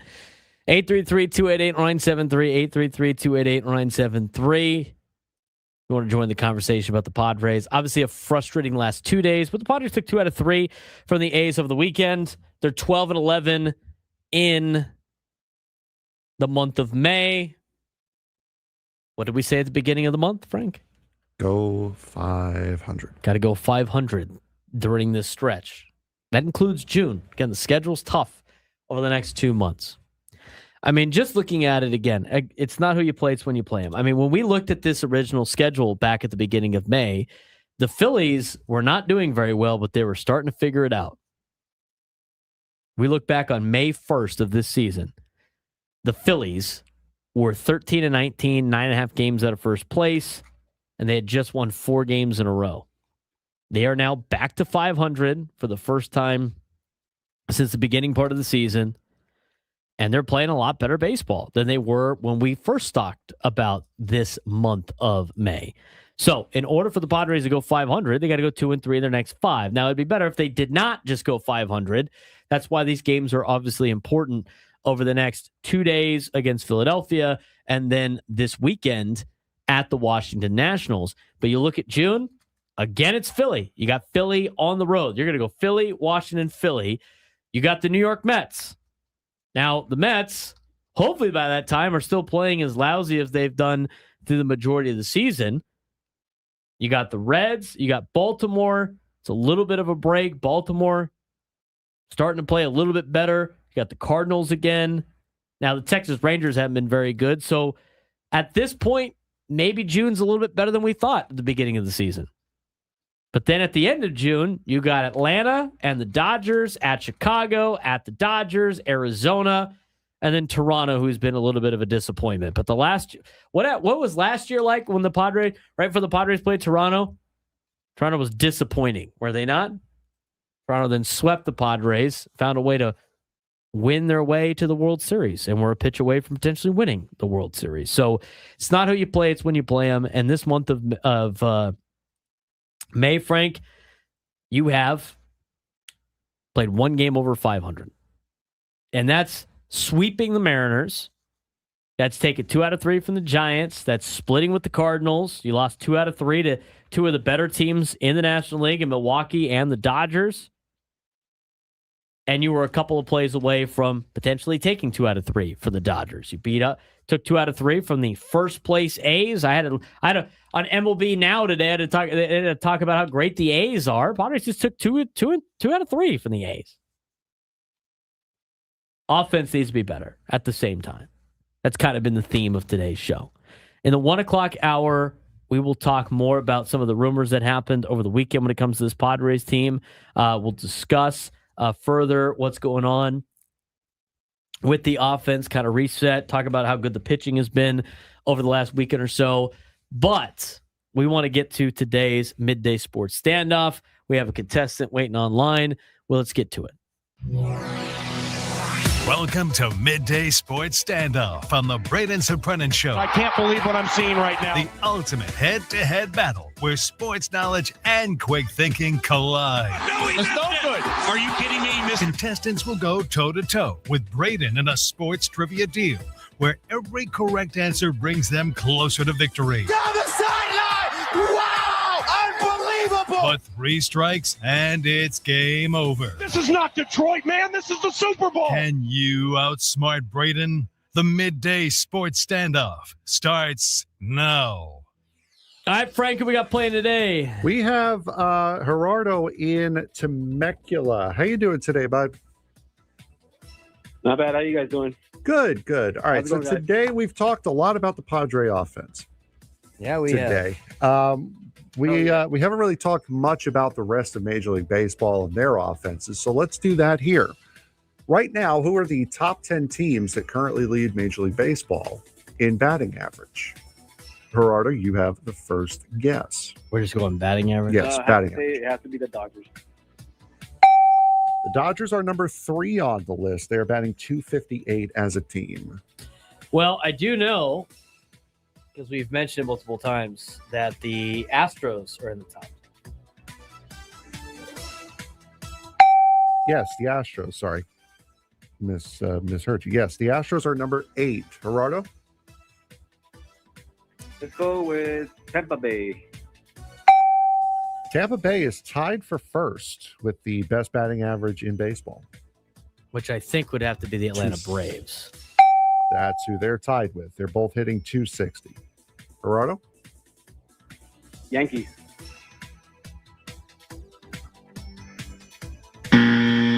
Oh, that'll be strike one. The New York Yankees are not in the top 10. They're actually 19th in overall team batting average. Well, they hit the ball with the fence, so Yeah. I think they're number 1 in home runs, if I'm not mistaken.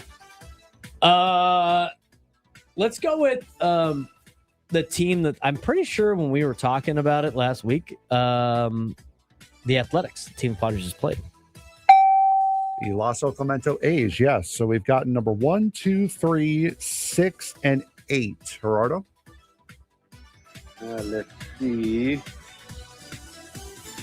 Let's go with the Marlins. The Marlins are literally 1 batting average point out of the top 10. They are in 11th right now. I thought they were 2. They are hitting, they're 244. 10th is 245. We have Braves, Braves, Rays, Dodgers, A's, and Astros. A's and Astros. Okay.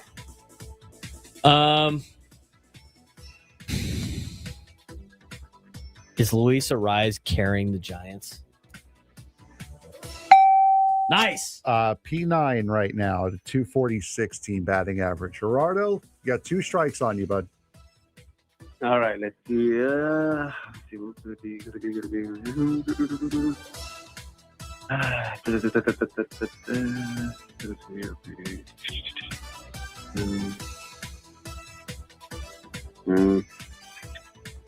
Gonna need an answer. Yeah, let's go with Cleveland. Nope, I'm sorry, Gerardo. That is strike 3. Cleveland, currently with the 24th best offense in baseball right now. Braden, care to wipe the board? Okay, so Braves was 1. Braves 1. Rays tied for first. Dodgers are 3. Who was we're missing 4? Were the A's 5th? A's were 6. Astros 8. Giants 9. All right. So there's 3 teams I'm missing here. Missing 4, 5, 7, and 10. Oh, 7, 4. Now I'm just thinking about guys that are just raking. Let's go with CJ Abrams is on a tear. He's got to be like carrying the Nationals. Nats are number 10. Okay. They're all in the National League. There are only 2 teams in the American League that are in the top 12 in overall team batting average. That doesn't surprise me with how bad the American League has been. All right, they're all in the National League. Mm-hmm. One's got to be the Brewers, right?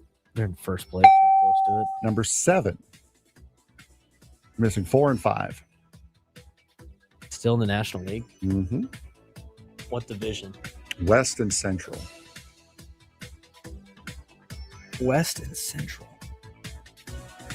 Well, it's not the Rockies. It's got to be the Diamondbacks.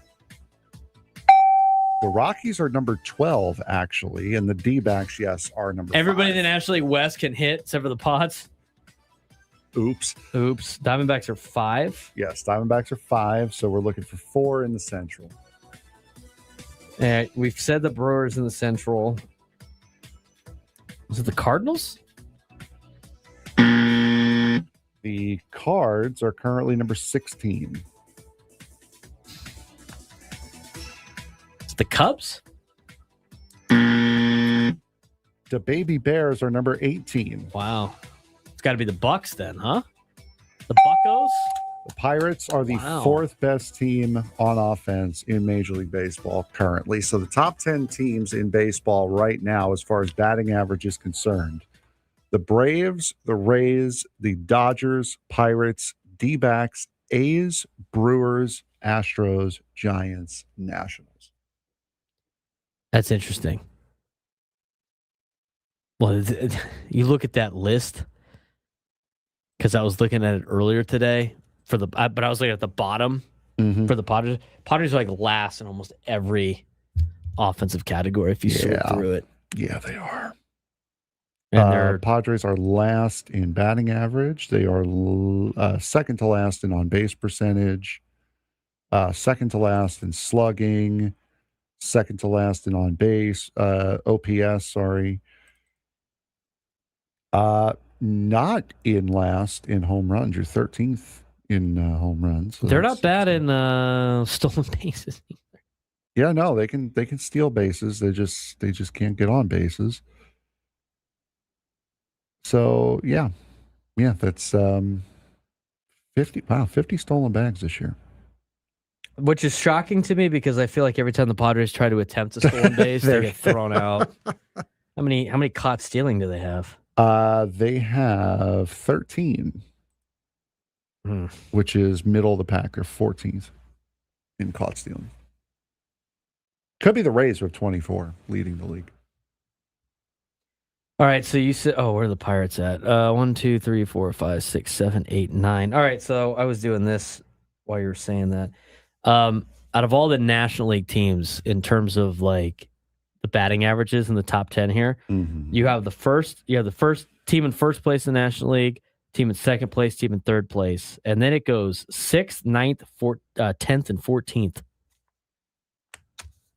Offenses and everything, I guess. I'm surprised the Cardinals don't have a higher average. I mean, their pitching staff is okay. They got McGreevy and stuff like that, but like a couple guys at the top. But their bullpen's not exceptional, and their pitching's not great. And like everything you talk about with the Cardinals, that one talks about the Cardinals is like they're young position players. That's why it's shocking to me that their batting average isn't higher. Yeah, but I mean, like, they're 21 points off the lead, which is, granted, that's a lot. They're hitting 239. They're only 6 points off of being in the top 10. So that's just the way it is with team batting averages. They're so tight and they're so compressed. But yeah, I mean, it's not like they're 16th with a 10-point difference between them and 10th. There's only 6. The American League's even crazier. The top team in the American League is on this list first.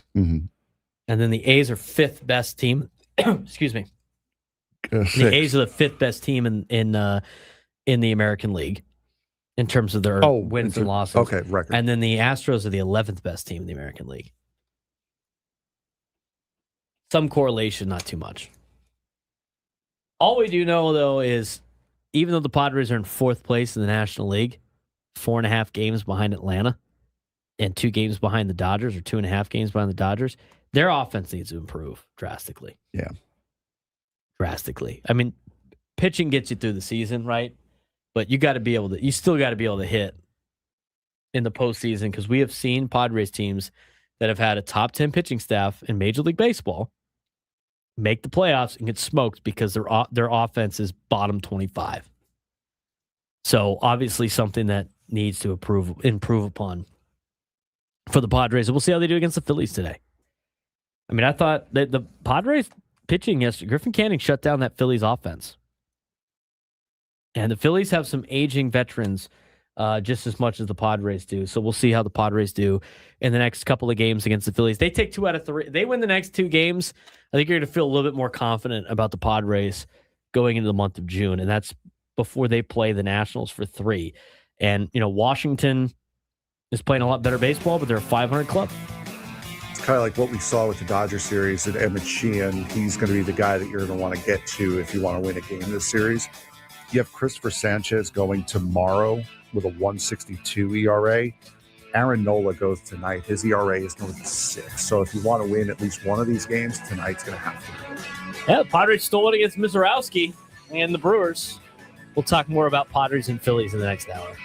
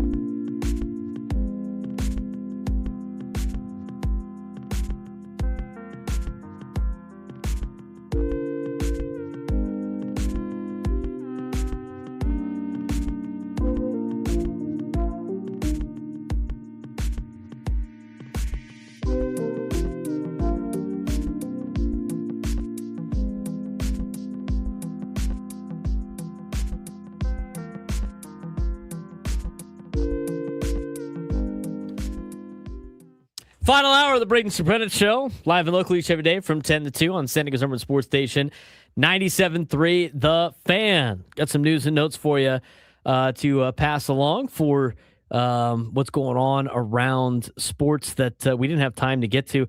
I want to congratulate Bryson Motts for making his major league debut for the St. Louis Cardinals. Bryson Motts is a kid that played at USD. He was a walk-on at the University of San Diego. And if I remember correctly, which I think I do, it's been a couple of years since I did some of Bryson's games at the University of San Diego. But he is a San Diego kid out of Westview High School, a walk-on for USD. He had a great career at the University of San Diego.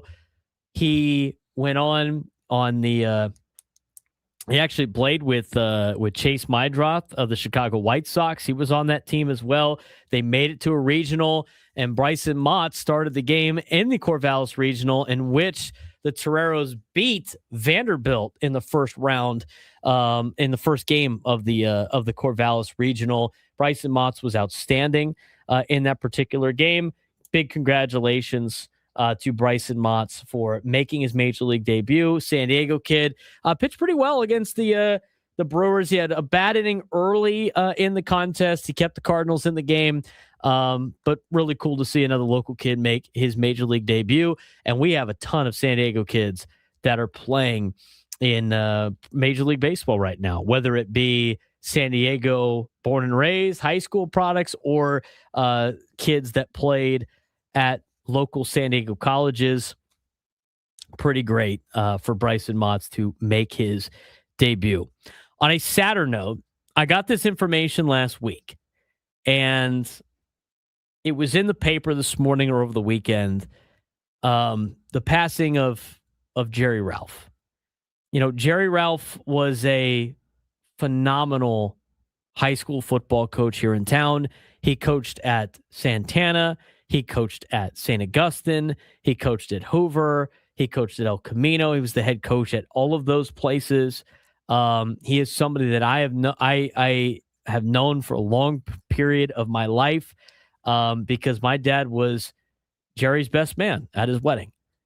And so it was hard to hear that news because of the person I knew as a kid when my dad coached with Jerry at Santana as his defensive coordinator, at St. Augustine High School, and then again as he coached them in an assistant role at Jerry's alma mater at University of San Diego High School, otherwise known as Cathedral Catholic, when his son DJ was playing at Cathedral. And DJ, phenomenal human being, phenomenal kid, played at Cathedral and went on to play at San Diego State for a little bit.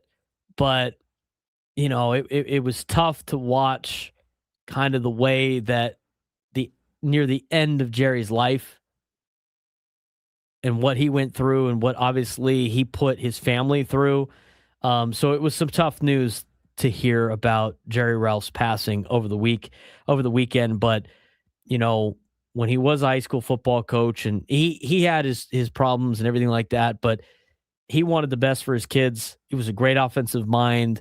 I know he touched a lot of players' lives because when he was struggling near the end of his life, so many of former players of Jerry and former coaches and people, you know, that lives were impacted by him, tried to help him throughout this, you know, time of his life and unfortunately near the end of his life. But he was a great guy, you know, and really meant well in the high school football community. And, you know, he's going to be missed in the San Diego high school football community. And, you know, the last couple of years, obviously, were not very great, but it was still sad news, I think, for a lot of people to see that. And I thought John Maffey did a pretty good job, really good job of talking about the life of Jerry Ralph in the paper today. So wanted to pass that along as well.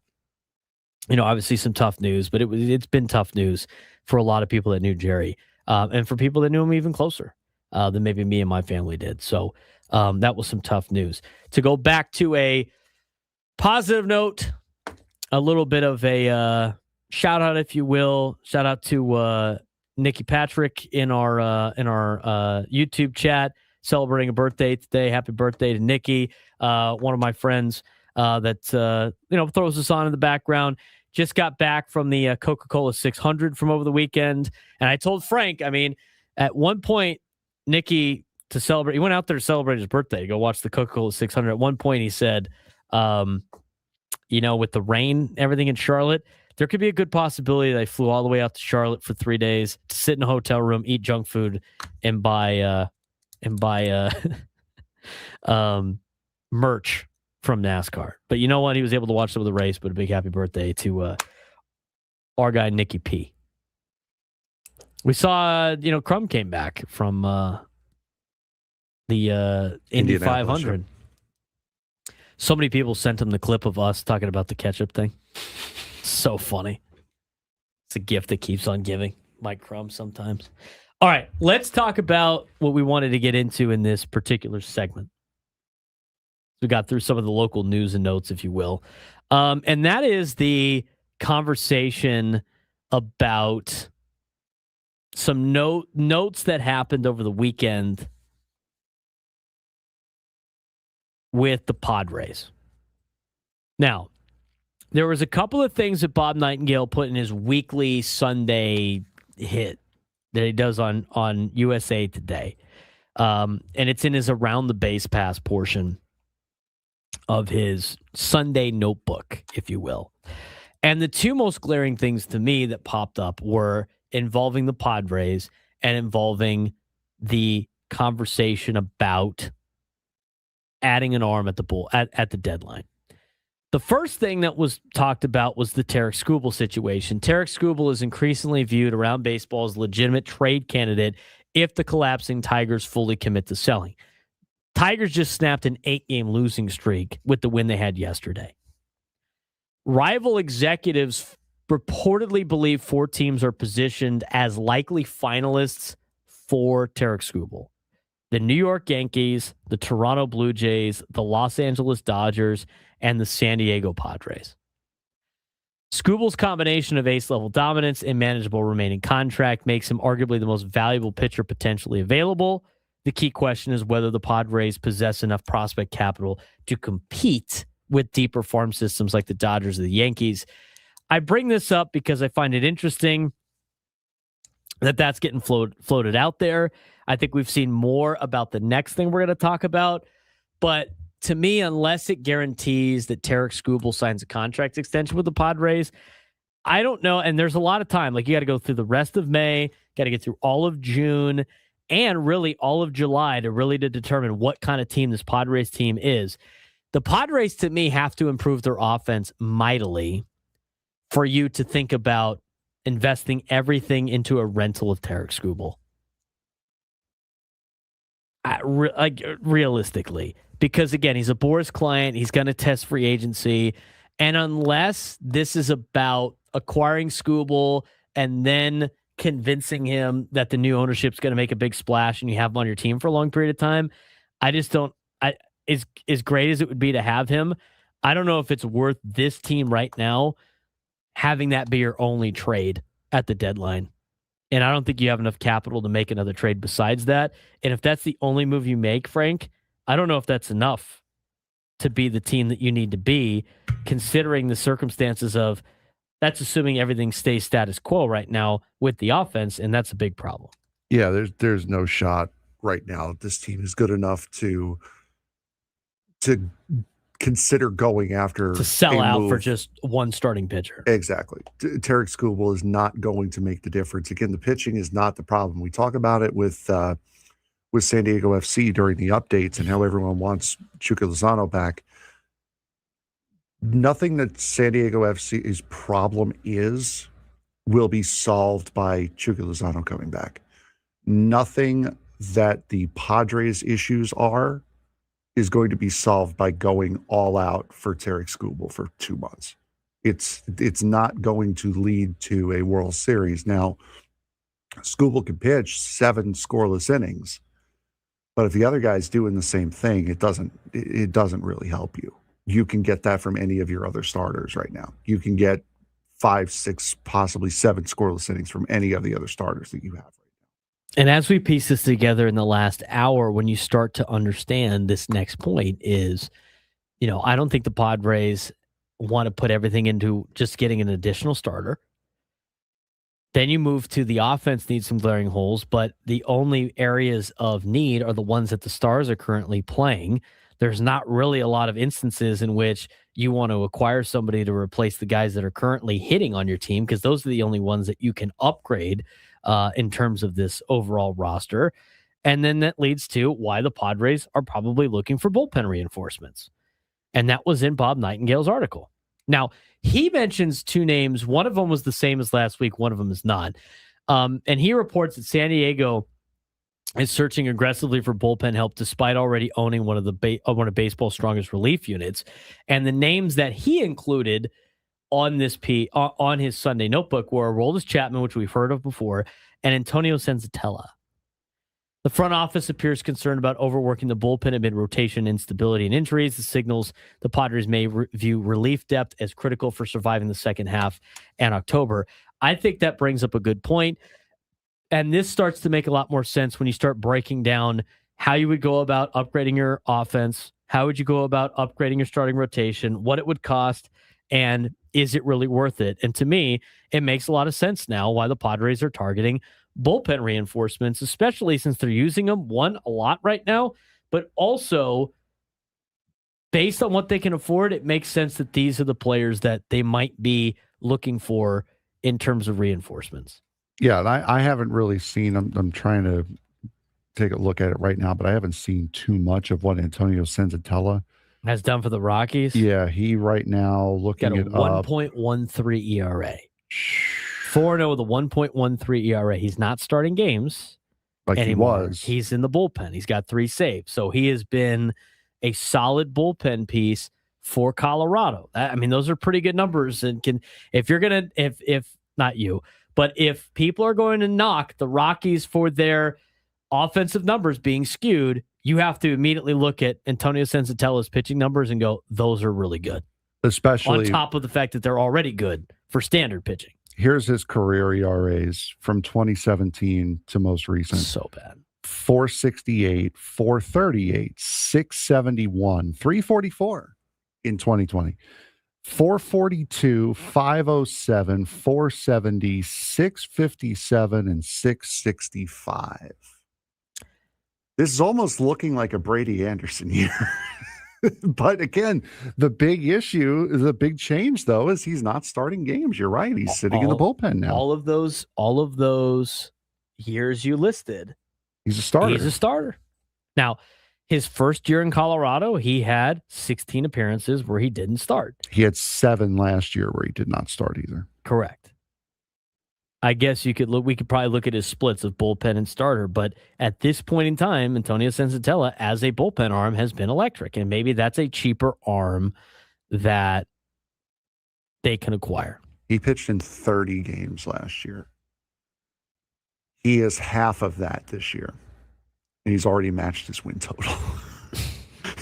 He's 4-0 this year through 15 appearances. He was 4-15 last year through 30 appearances. Racking up wins as a bullpen arm is usually not the greatest thing ever. No, it's not. He is 7 wins away from tying his career high win mark of 11 that he had in 2019. So I find that interesting, the Nightingale piece over the weekend in terms of the around the base pass and what to expect. He also talked about Fernando Tatis Jr. and his power outage becoming alarming. He's now gone. This was going into Sunday, so he's obviously added plate appearances since then. Fernando has gone 215 plate appearances without a home run. His last homer came on September 27, 2025. Again, this was written on Sunday. And in the article, it notes among his last 47 plate appearances, 42 outs were either strikeouts or groundouts. I think he's improved on that since this article was written because of the fact that he's hitting 344 in his last 9 games and he's on a 9-game on-base streak.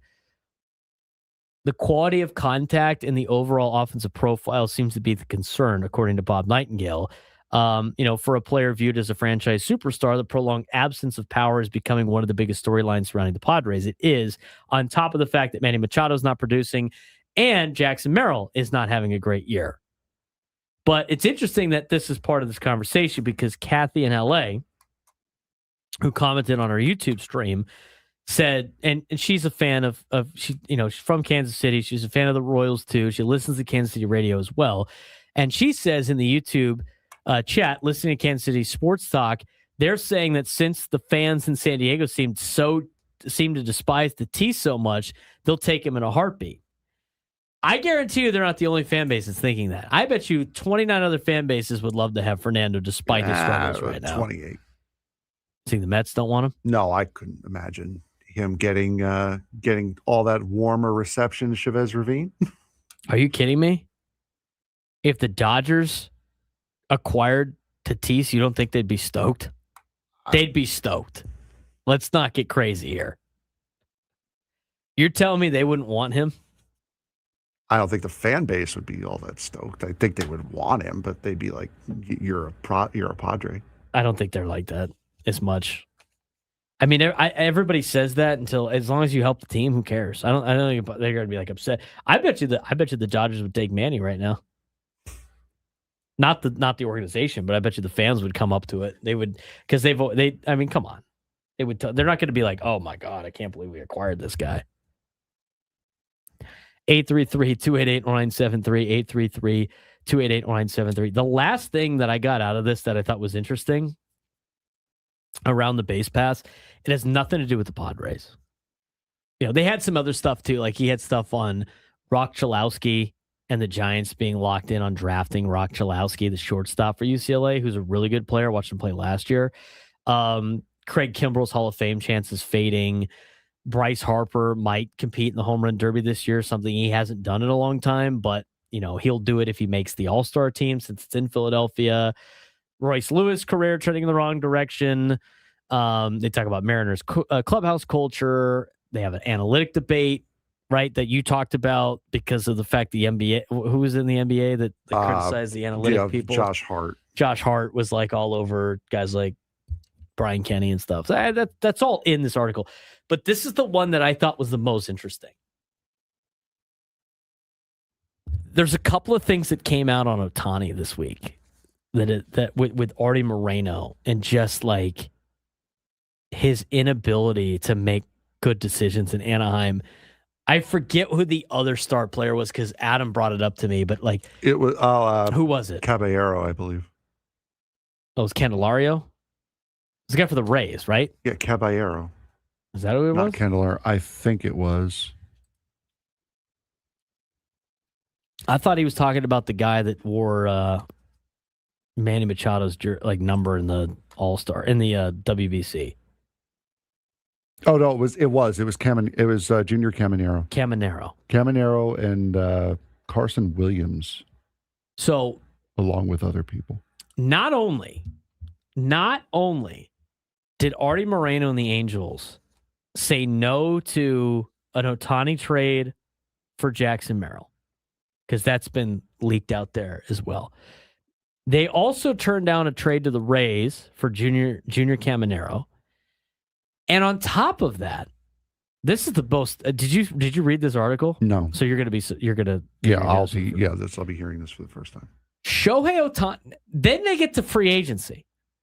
Shohei Ohtani reportedly would have returned to the Angels if owner Artie Moreno matched the deferred structure of the Dodgers deal.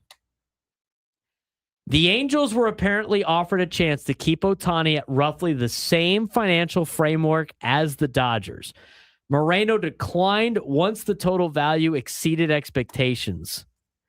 The report reinforces the narrative that Ohtani generally considered staying before ultimately joining the Dodgers.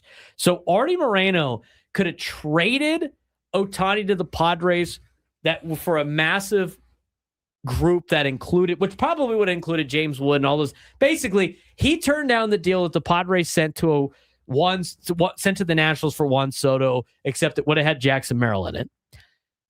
The Angels turned down a potential to have Junior Caminero headline a big package of Rays prospects coming up. And then Shohei Ohtani gets a contract offer from the Dodgers for whatever. What was it, like $600 million or whatever it is? $700 million with deferred money. And he offered that to the Angels just to match. He'll re-sign with the Angels. And Artie Moreno said, no, I'm not spending $700 million. Unbelievable.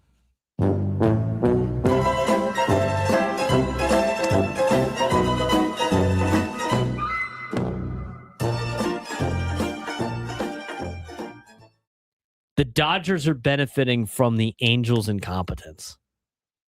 Why wouldn't you? It's deferred money. That's like the whole conversation about the benefit the Dodgers have is the deferred money thing. He'd be paying them like $2 million a year right now in Anaheim. God, what a world that would have been. What a world. You know what? At least they have a great ballpark experience with opossums and rats running around at Angel Stadium at the Big A. Are you kidding me? What a report from Bob Nightingale. Ohtani gets the contract offer from the Dodgers. They go back to the Angels, go like, he will sign right now for this exact deal. All you got to do is match it, and most of the money is deferred. And they said no. Do you want Shohei Ohtani for $2 million a year?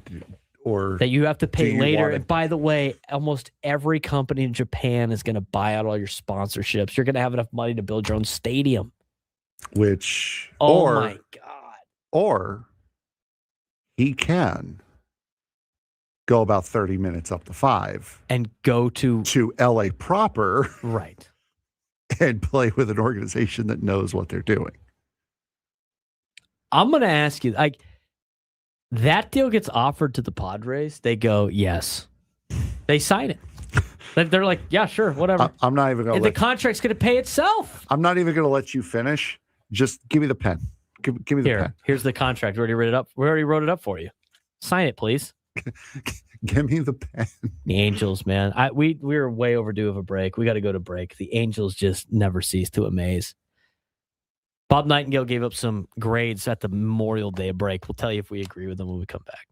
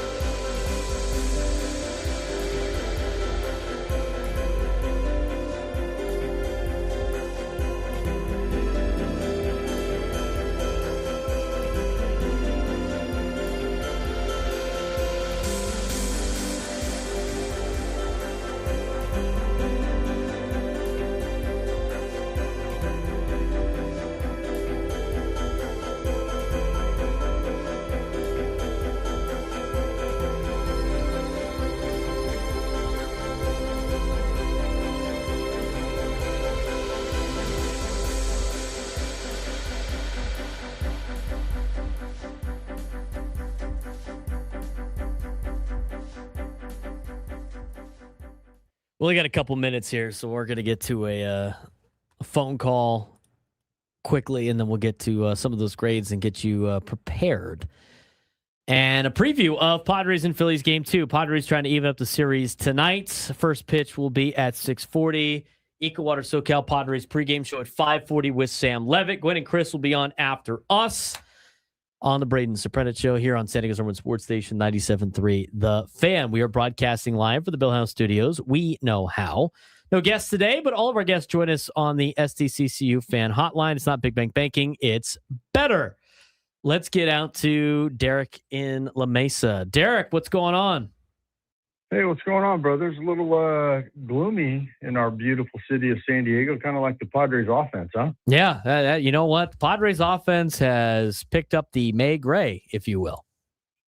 Yeah, absolutely. You know, Frank, it's been a while since we've talked. We kind of went into a little bit of a slide, but never fear. I'm always here to educate you, Frank. So today I thought I'd educate you on a little poetry. You ready for this? Mm-hmm. All right. So I don't know if you're familiar with the Japanese haiku poetry, but it comes in 3 strains, right? Mm-hmm. Strain number 1 consists of 5 syllables. Strain number 2 has 7 syllables. And then we return to 5 syllables with strain 3. And if you add up those 3 numbers, Frank, what do you get? How many times do we have to say, don't do math on the air? Well, okay. You know what, Frank? I'll spoil it for you, brother. 5 plus 7 plus 5 equals 17. And did you happen to see Arson Fudge's walk-off number 17 winner on Sunday, Frank? I did not. No, I missed it. Not your week to watch. Yeah.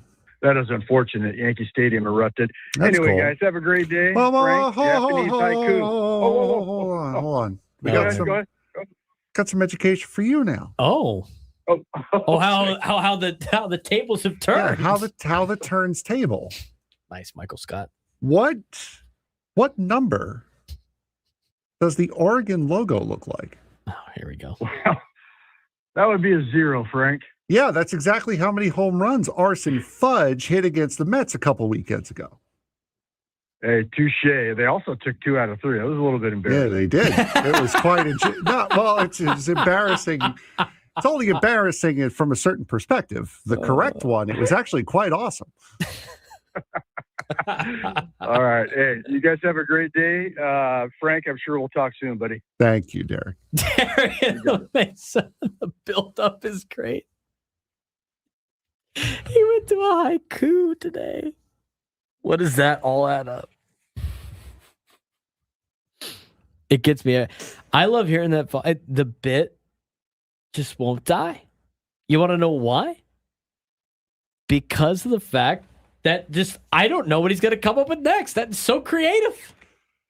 Go ahead, text. The reason why is because he's Derek's an Oregon fan also. He's an Oregon fan. That's why. He's from Oregon. He's an Oregon fan. But I thought you were going to save that one and drop it at the end of the year. But you know what? That worked out. I mean, if they hit... Not bad for thinking off the cuff. You didn't have time to really plot it out too much. No. That was turntables. You got somebody screaming at his radio right now. It's like, it's the tables have turned. Has never watched The Office before in his life. English are hard. It is.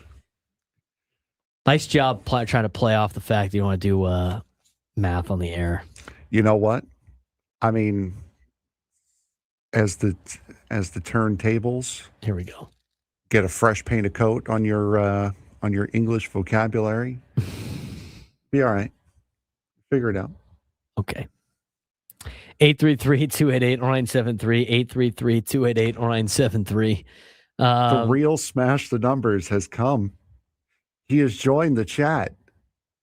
He jumped off of his Smash. burner, Smarsh. Yeah, Smash. There's been an imposter all show, bud. Smarsh the Numbers. I think Smarsh the Numbers was funnier.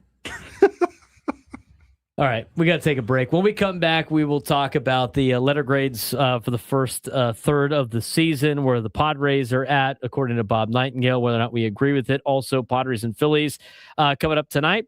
And Frank's got an update on what happened in the San Diego FC match over the weekend before they go to an international break. It's nothing good. Something you really want to talk about, but we're here to talk about it. Braden Surprenant Show, San Diego Sports Station 97 to the Fan.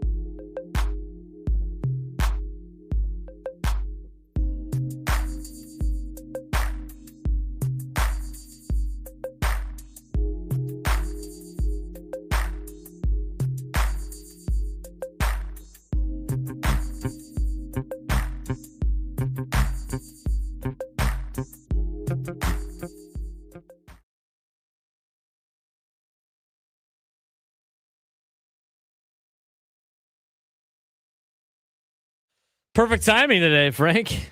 Last segment of the Braden Surprenant Show, live and local each every day from 10 to 2 on San Diego's Homeward Sports Station, 97.3 The Fan. We got three things that we do want to still get to before the end of the show, leading you into Gwen and Chris, and then the Equal Water SoCal Padres pregame show with Sam Levitt.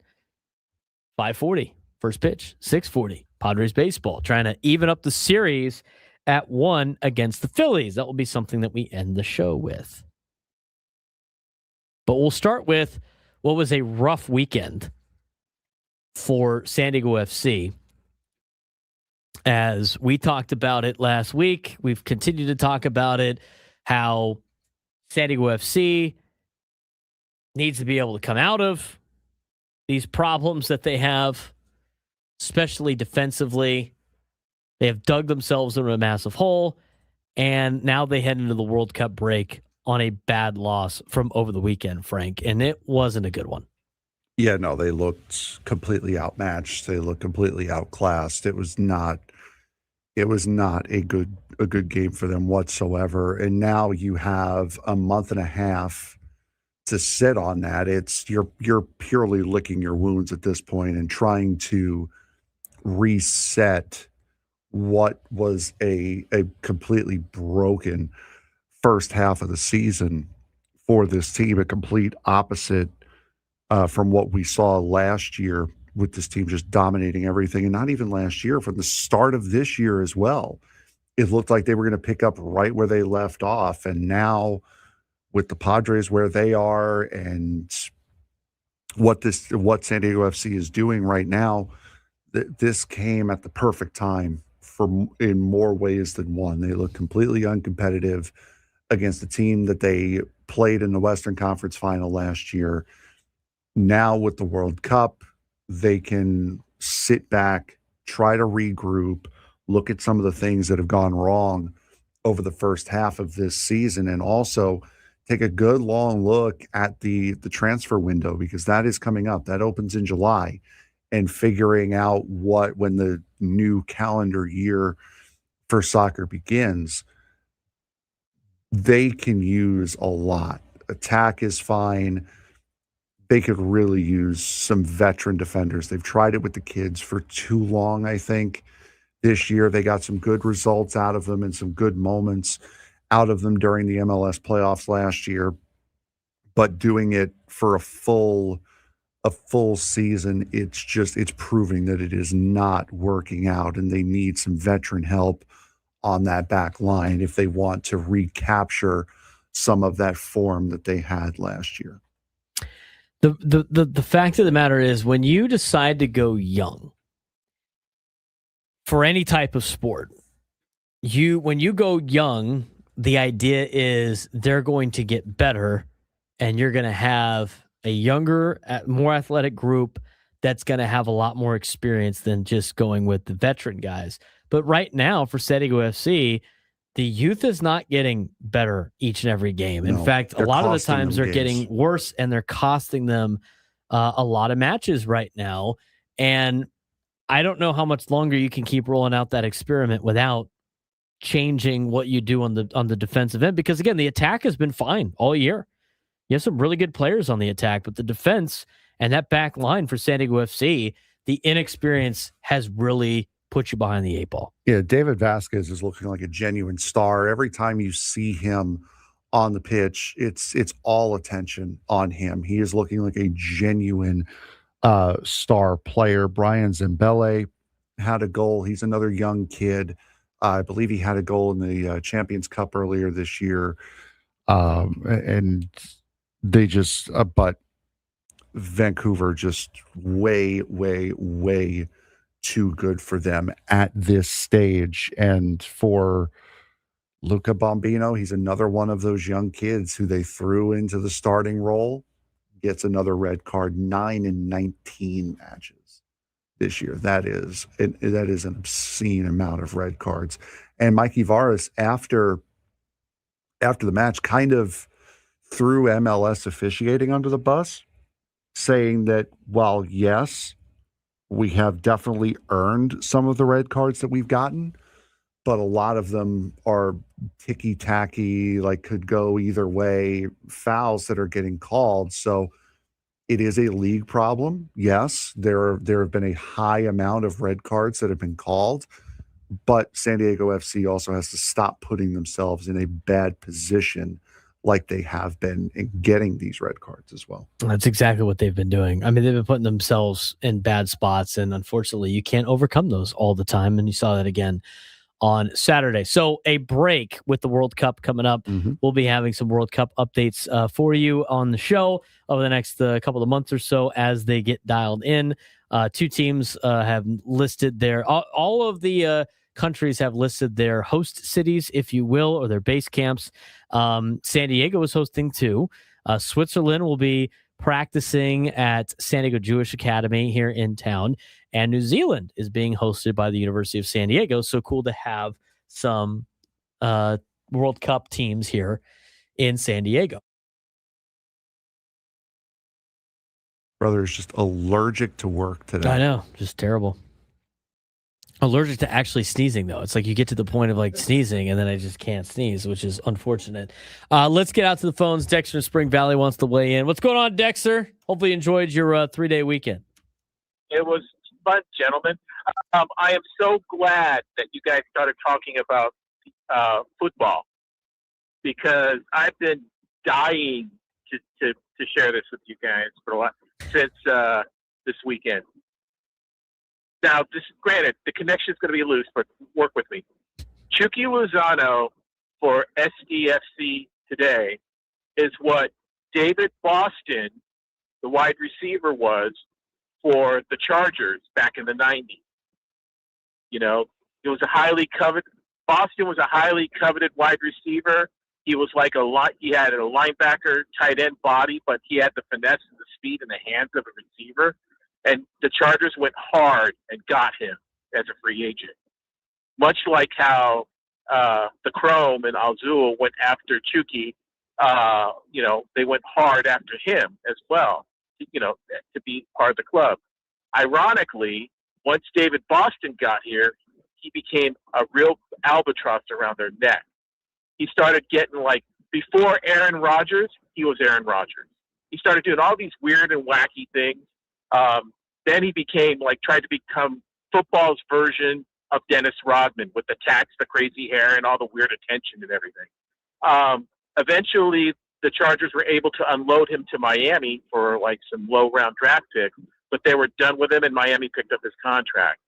I'm really hoping that, the Chrome will be able to do something similar with Chucky, because he is an albatross around their neck. And if they're not going to play him, then, they got to do something, cut bait and, get whatever they can for him and, move along. Hopefully he'll do really well in the World Cup, and there'll be some teams that'll be interested in picking him up in spite of the fact that they know that he's a real pain in the neck.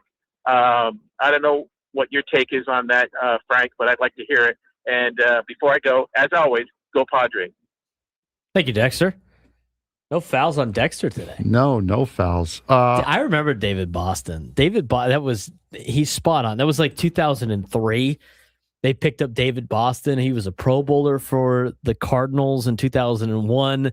He spent 4 seasons with the Cardinals, and David Boston was like such a huge free agent pickup for the Chargers, and then he just, as he said, just was a circus around him. And after he went to Miami, that was it. He had 1 year in Miami, and he didn't play ever again. He only played 1 season in San Diego. He missed all of 2004 with an injury. David Boston. You know what I think about David Boston when I hear that name? You know what I think of? You're never going to guess this. NFL Street. He's on the Chargers roster for NFL Street. Is. Yep. I still have that game. I have a PS2 just for NFL Street, like the first one. But like the rosters, you want to hear the roster for that for the Chargers? Go for it. If I can find it on like a wiki page here. Well, while you're doing that, I don't think Lozano was called for Mexico's World Cup roster. So I don't think he made that. I don't think he made it either. And San Diego FC has said that they are going to attempt to move him. They have to, because he's counting as one of their designated players. Yeah, so San Diego FC is trying to move them. But again, with how soccer works and how the international football world works, you only have 2 options. You only have 2 opportunities to transfer people. And those are during the transfer windows, which are July and August at the start of the international soccer year, and January. Those are the only 2 times. So between those 2 windows, you're stuck with who you have.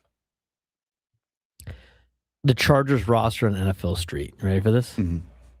Steven Alexander, wide receiver David Boston, quarterback Drew Brees, DB Sammy Davis, wide receiver Timmy Dwight,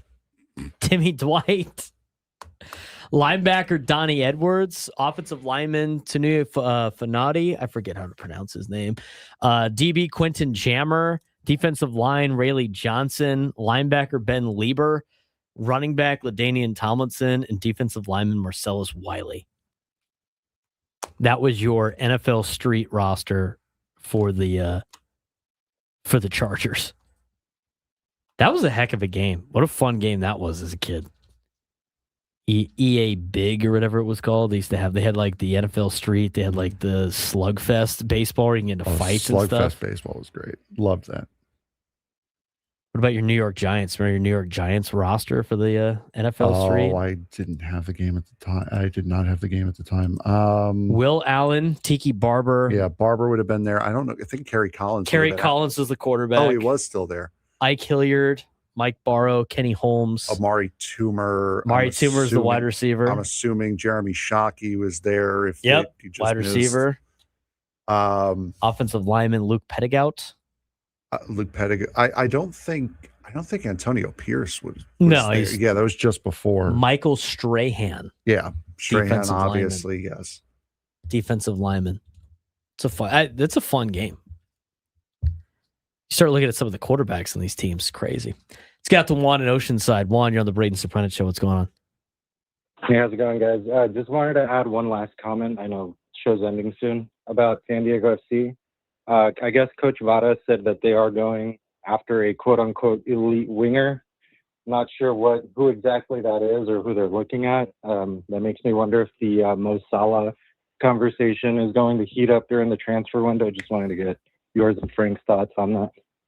That would be huge. He's a free agent. They've already said that Liverpool is not bringing him back for this year. There's a lot of big name international free agents that have a lot of that name cachet, and Mo Salah obviously being one of the bigger ones. But he's been linked to San Diego FC for quite some time. I believe because of the international player limit that Chucky Lozano falls under, I believe Lozano is going to have to go before they can bring Salah in, or they could just buy him out. They have to get a new they cannot have a designated player not play. That's a bold strategy, Cotton. I don't know if it's going to work out for San Diego FC. I mean, he's one of the players that you can spend unlimited funds on. You can't have that player just work out at San Diego FC all the time and not play. And I'm not saying they have to bring him on the team, because I think that ship has definitely sailed Yeah, but he shouldn't be playing. They need an actual designated player. Bold prediction tonight for Padres and Phillies. I know it's the show gimmick because we're always Are you actually right. Going for it now? I am going to legitimately. I believe it is. I believe it happens tonight. I think Fernando hits a home run tonight. Okay. Like I genuinely feel that way. I believe if he's going to do it tonight, it'll probably be second at bat off of Austin Nola or Aaron Nola, whichever Nola. Manny does not strike out. Ooh. That's tough. That's bold. Manny does not strike out. That's my bold prediction. Did you hear? I think one of the stats was that the Rays broadcaster put out that 70% of MLB teams that win outscore their opponent in one inning. So they score more runs in the one inning than the team does in the entire game. 75% of MLB teams that win. I believe that. We'll see if that's the case tonight. Braden Surprenant Show, Settings Roman Sports Station, 97 through the Fan. Quinn and Chris coming up next.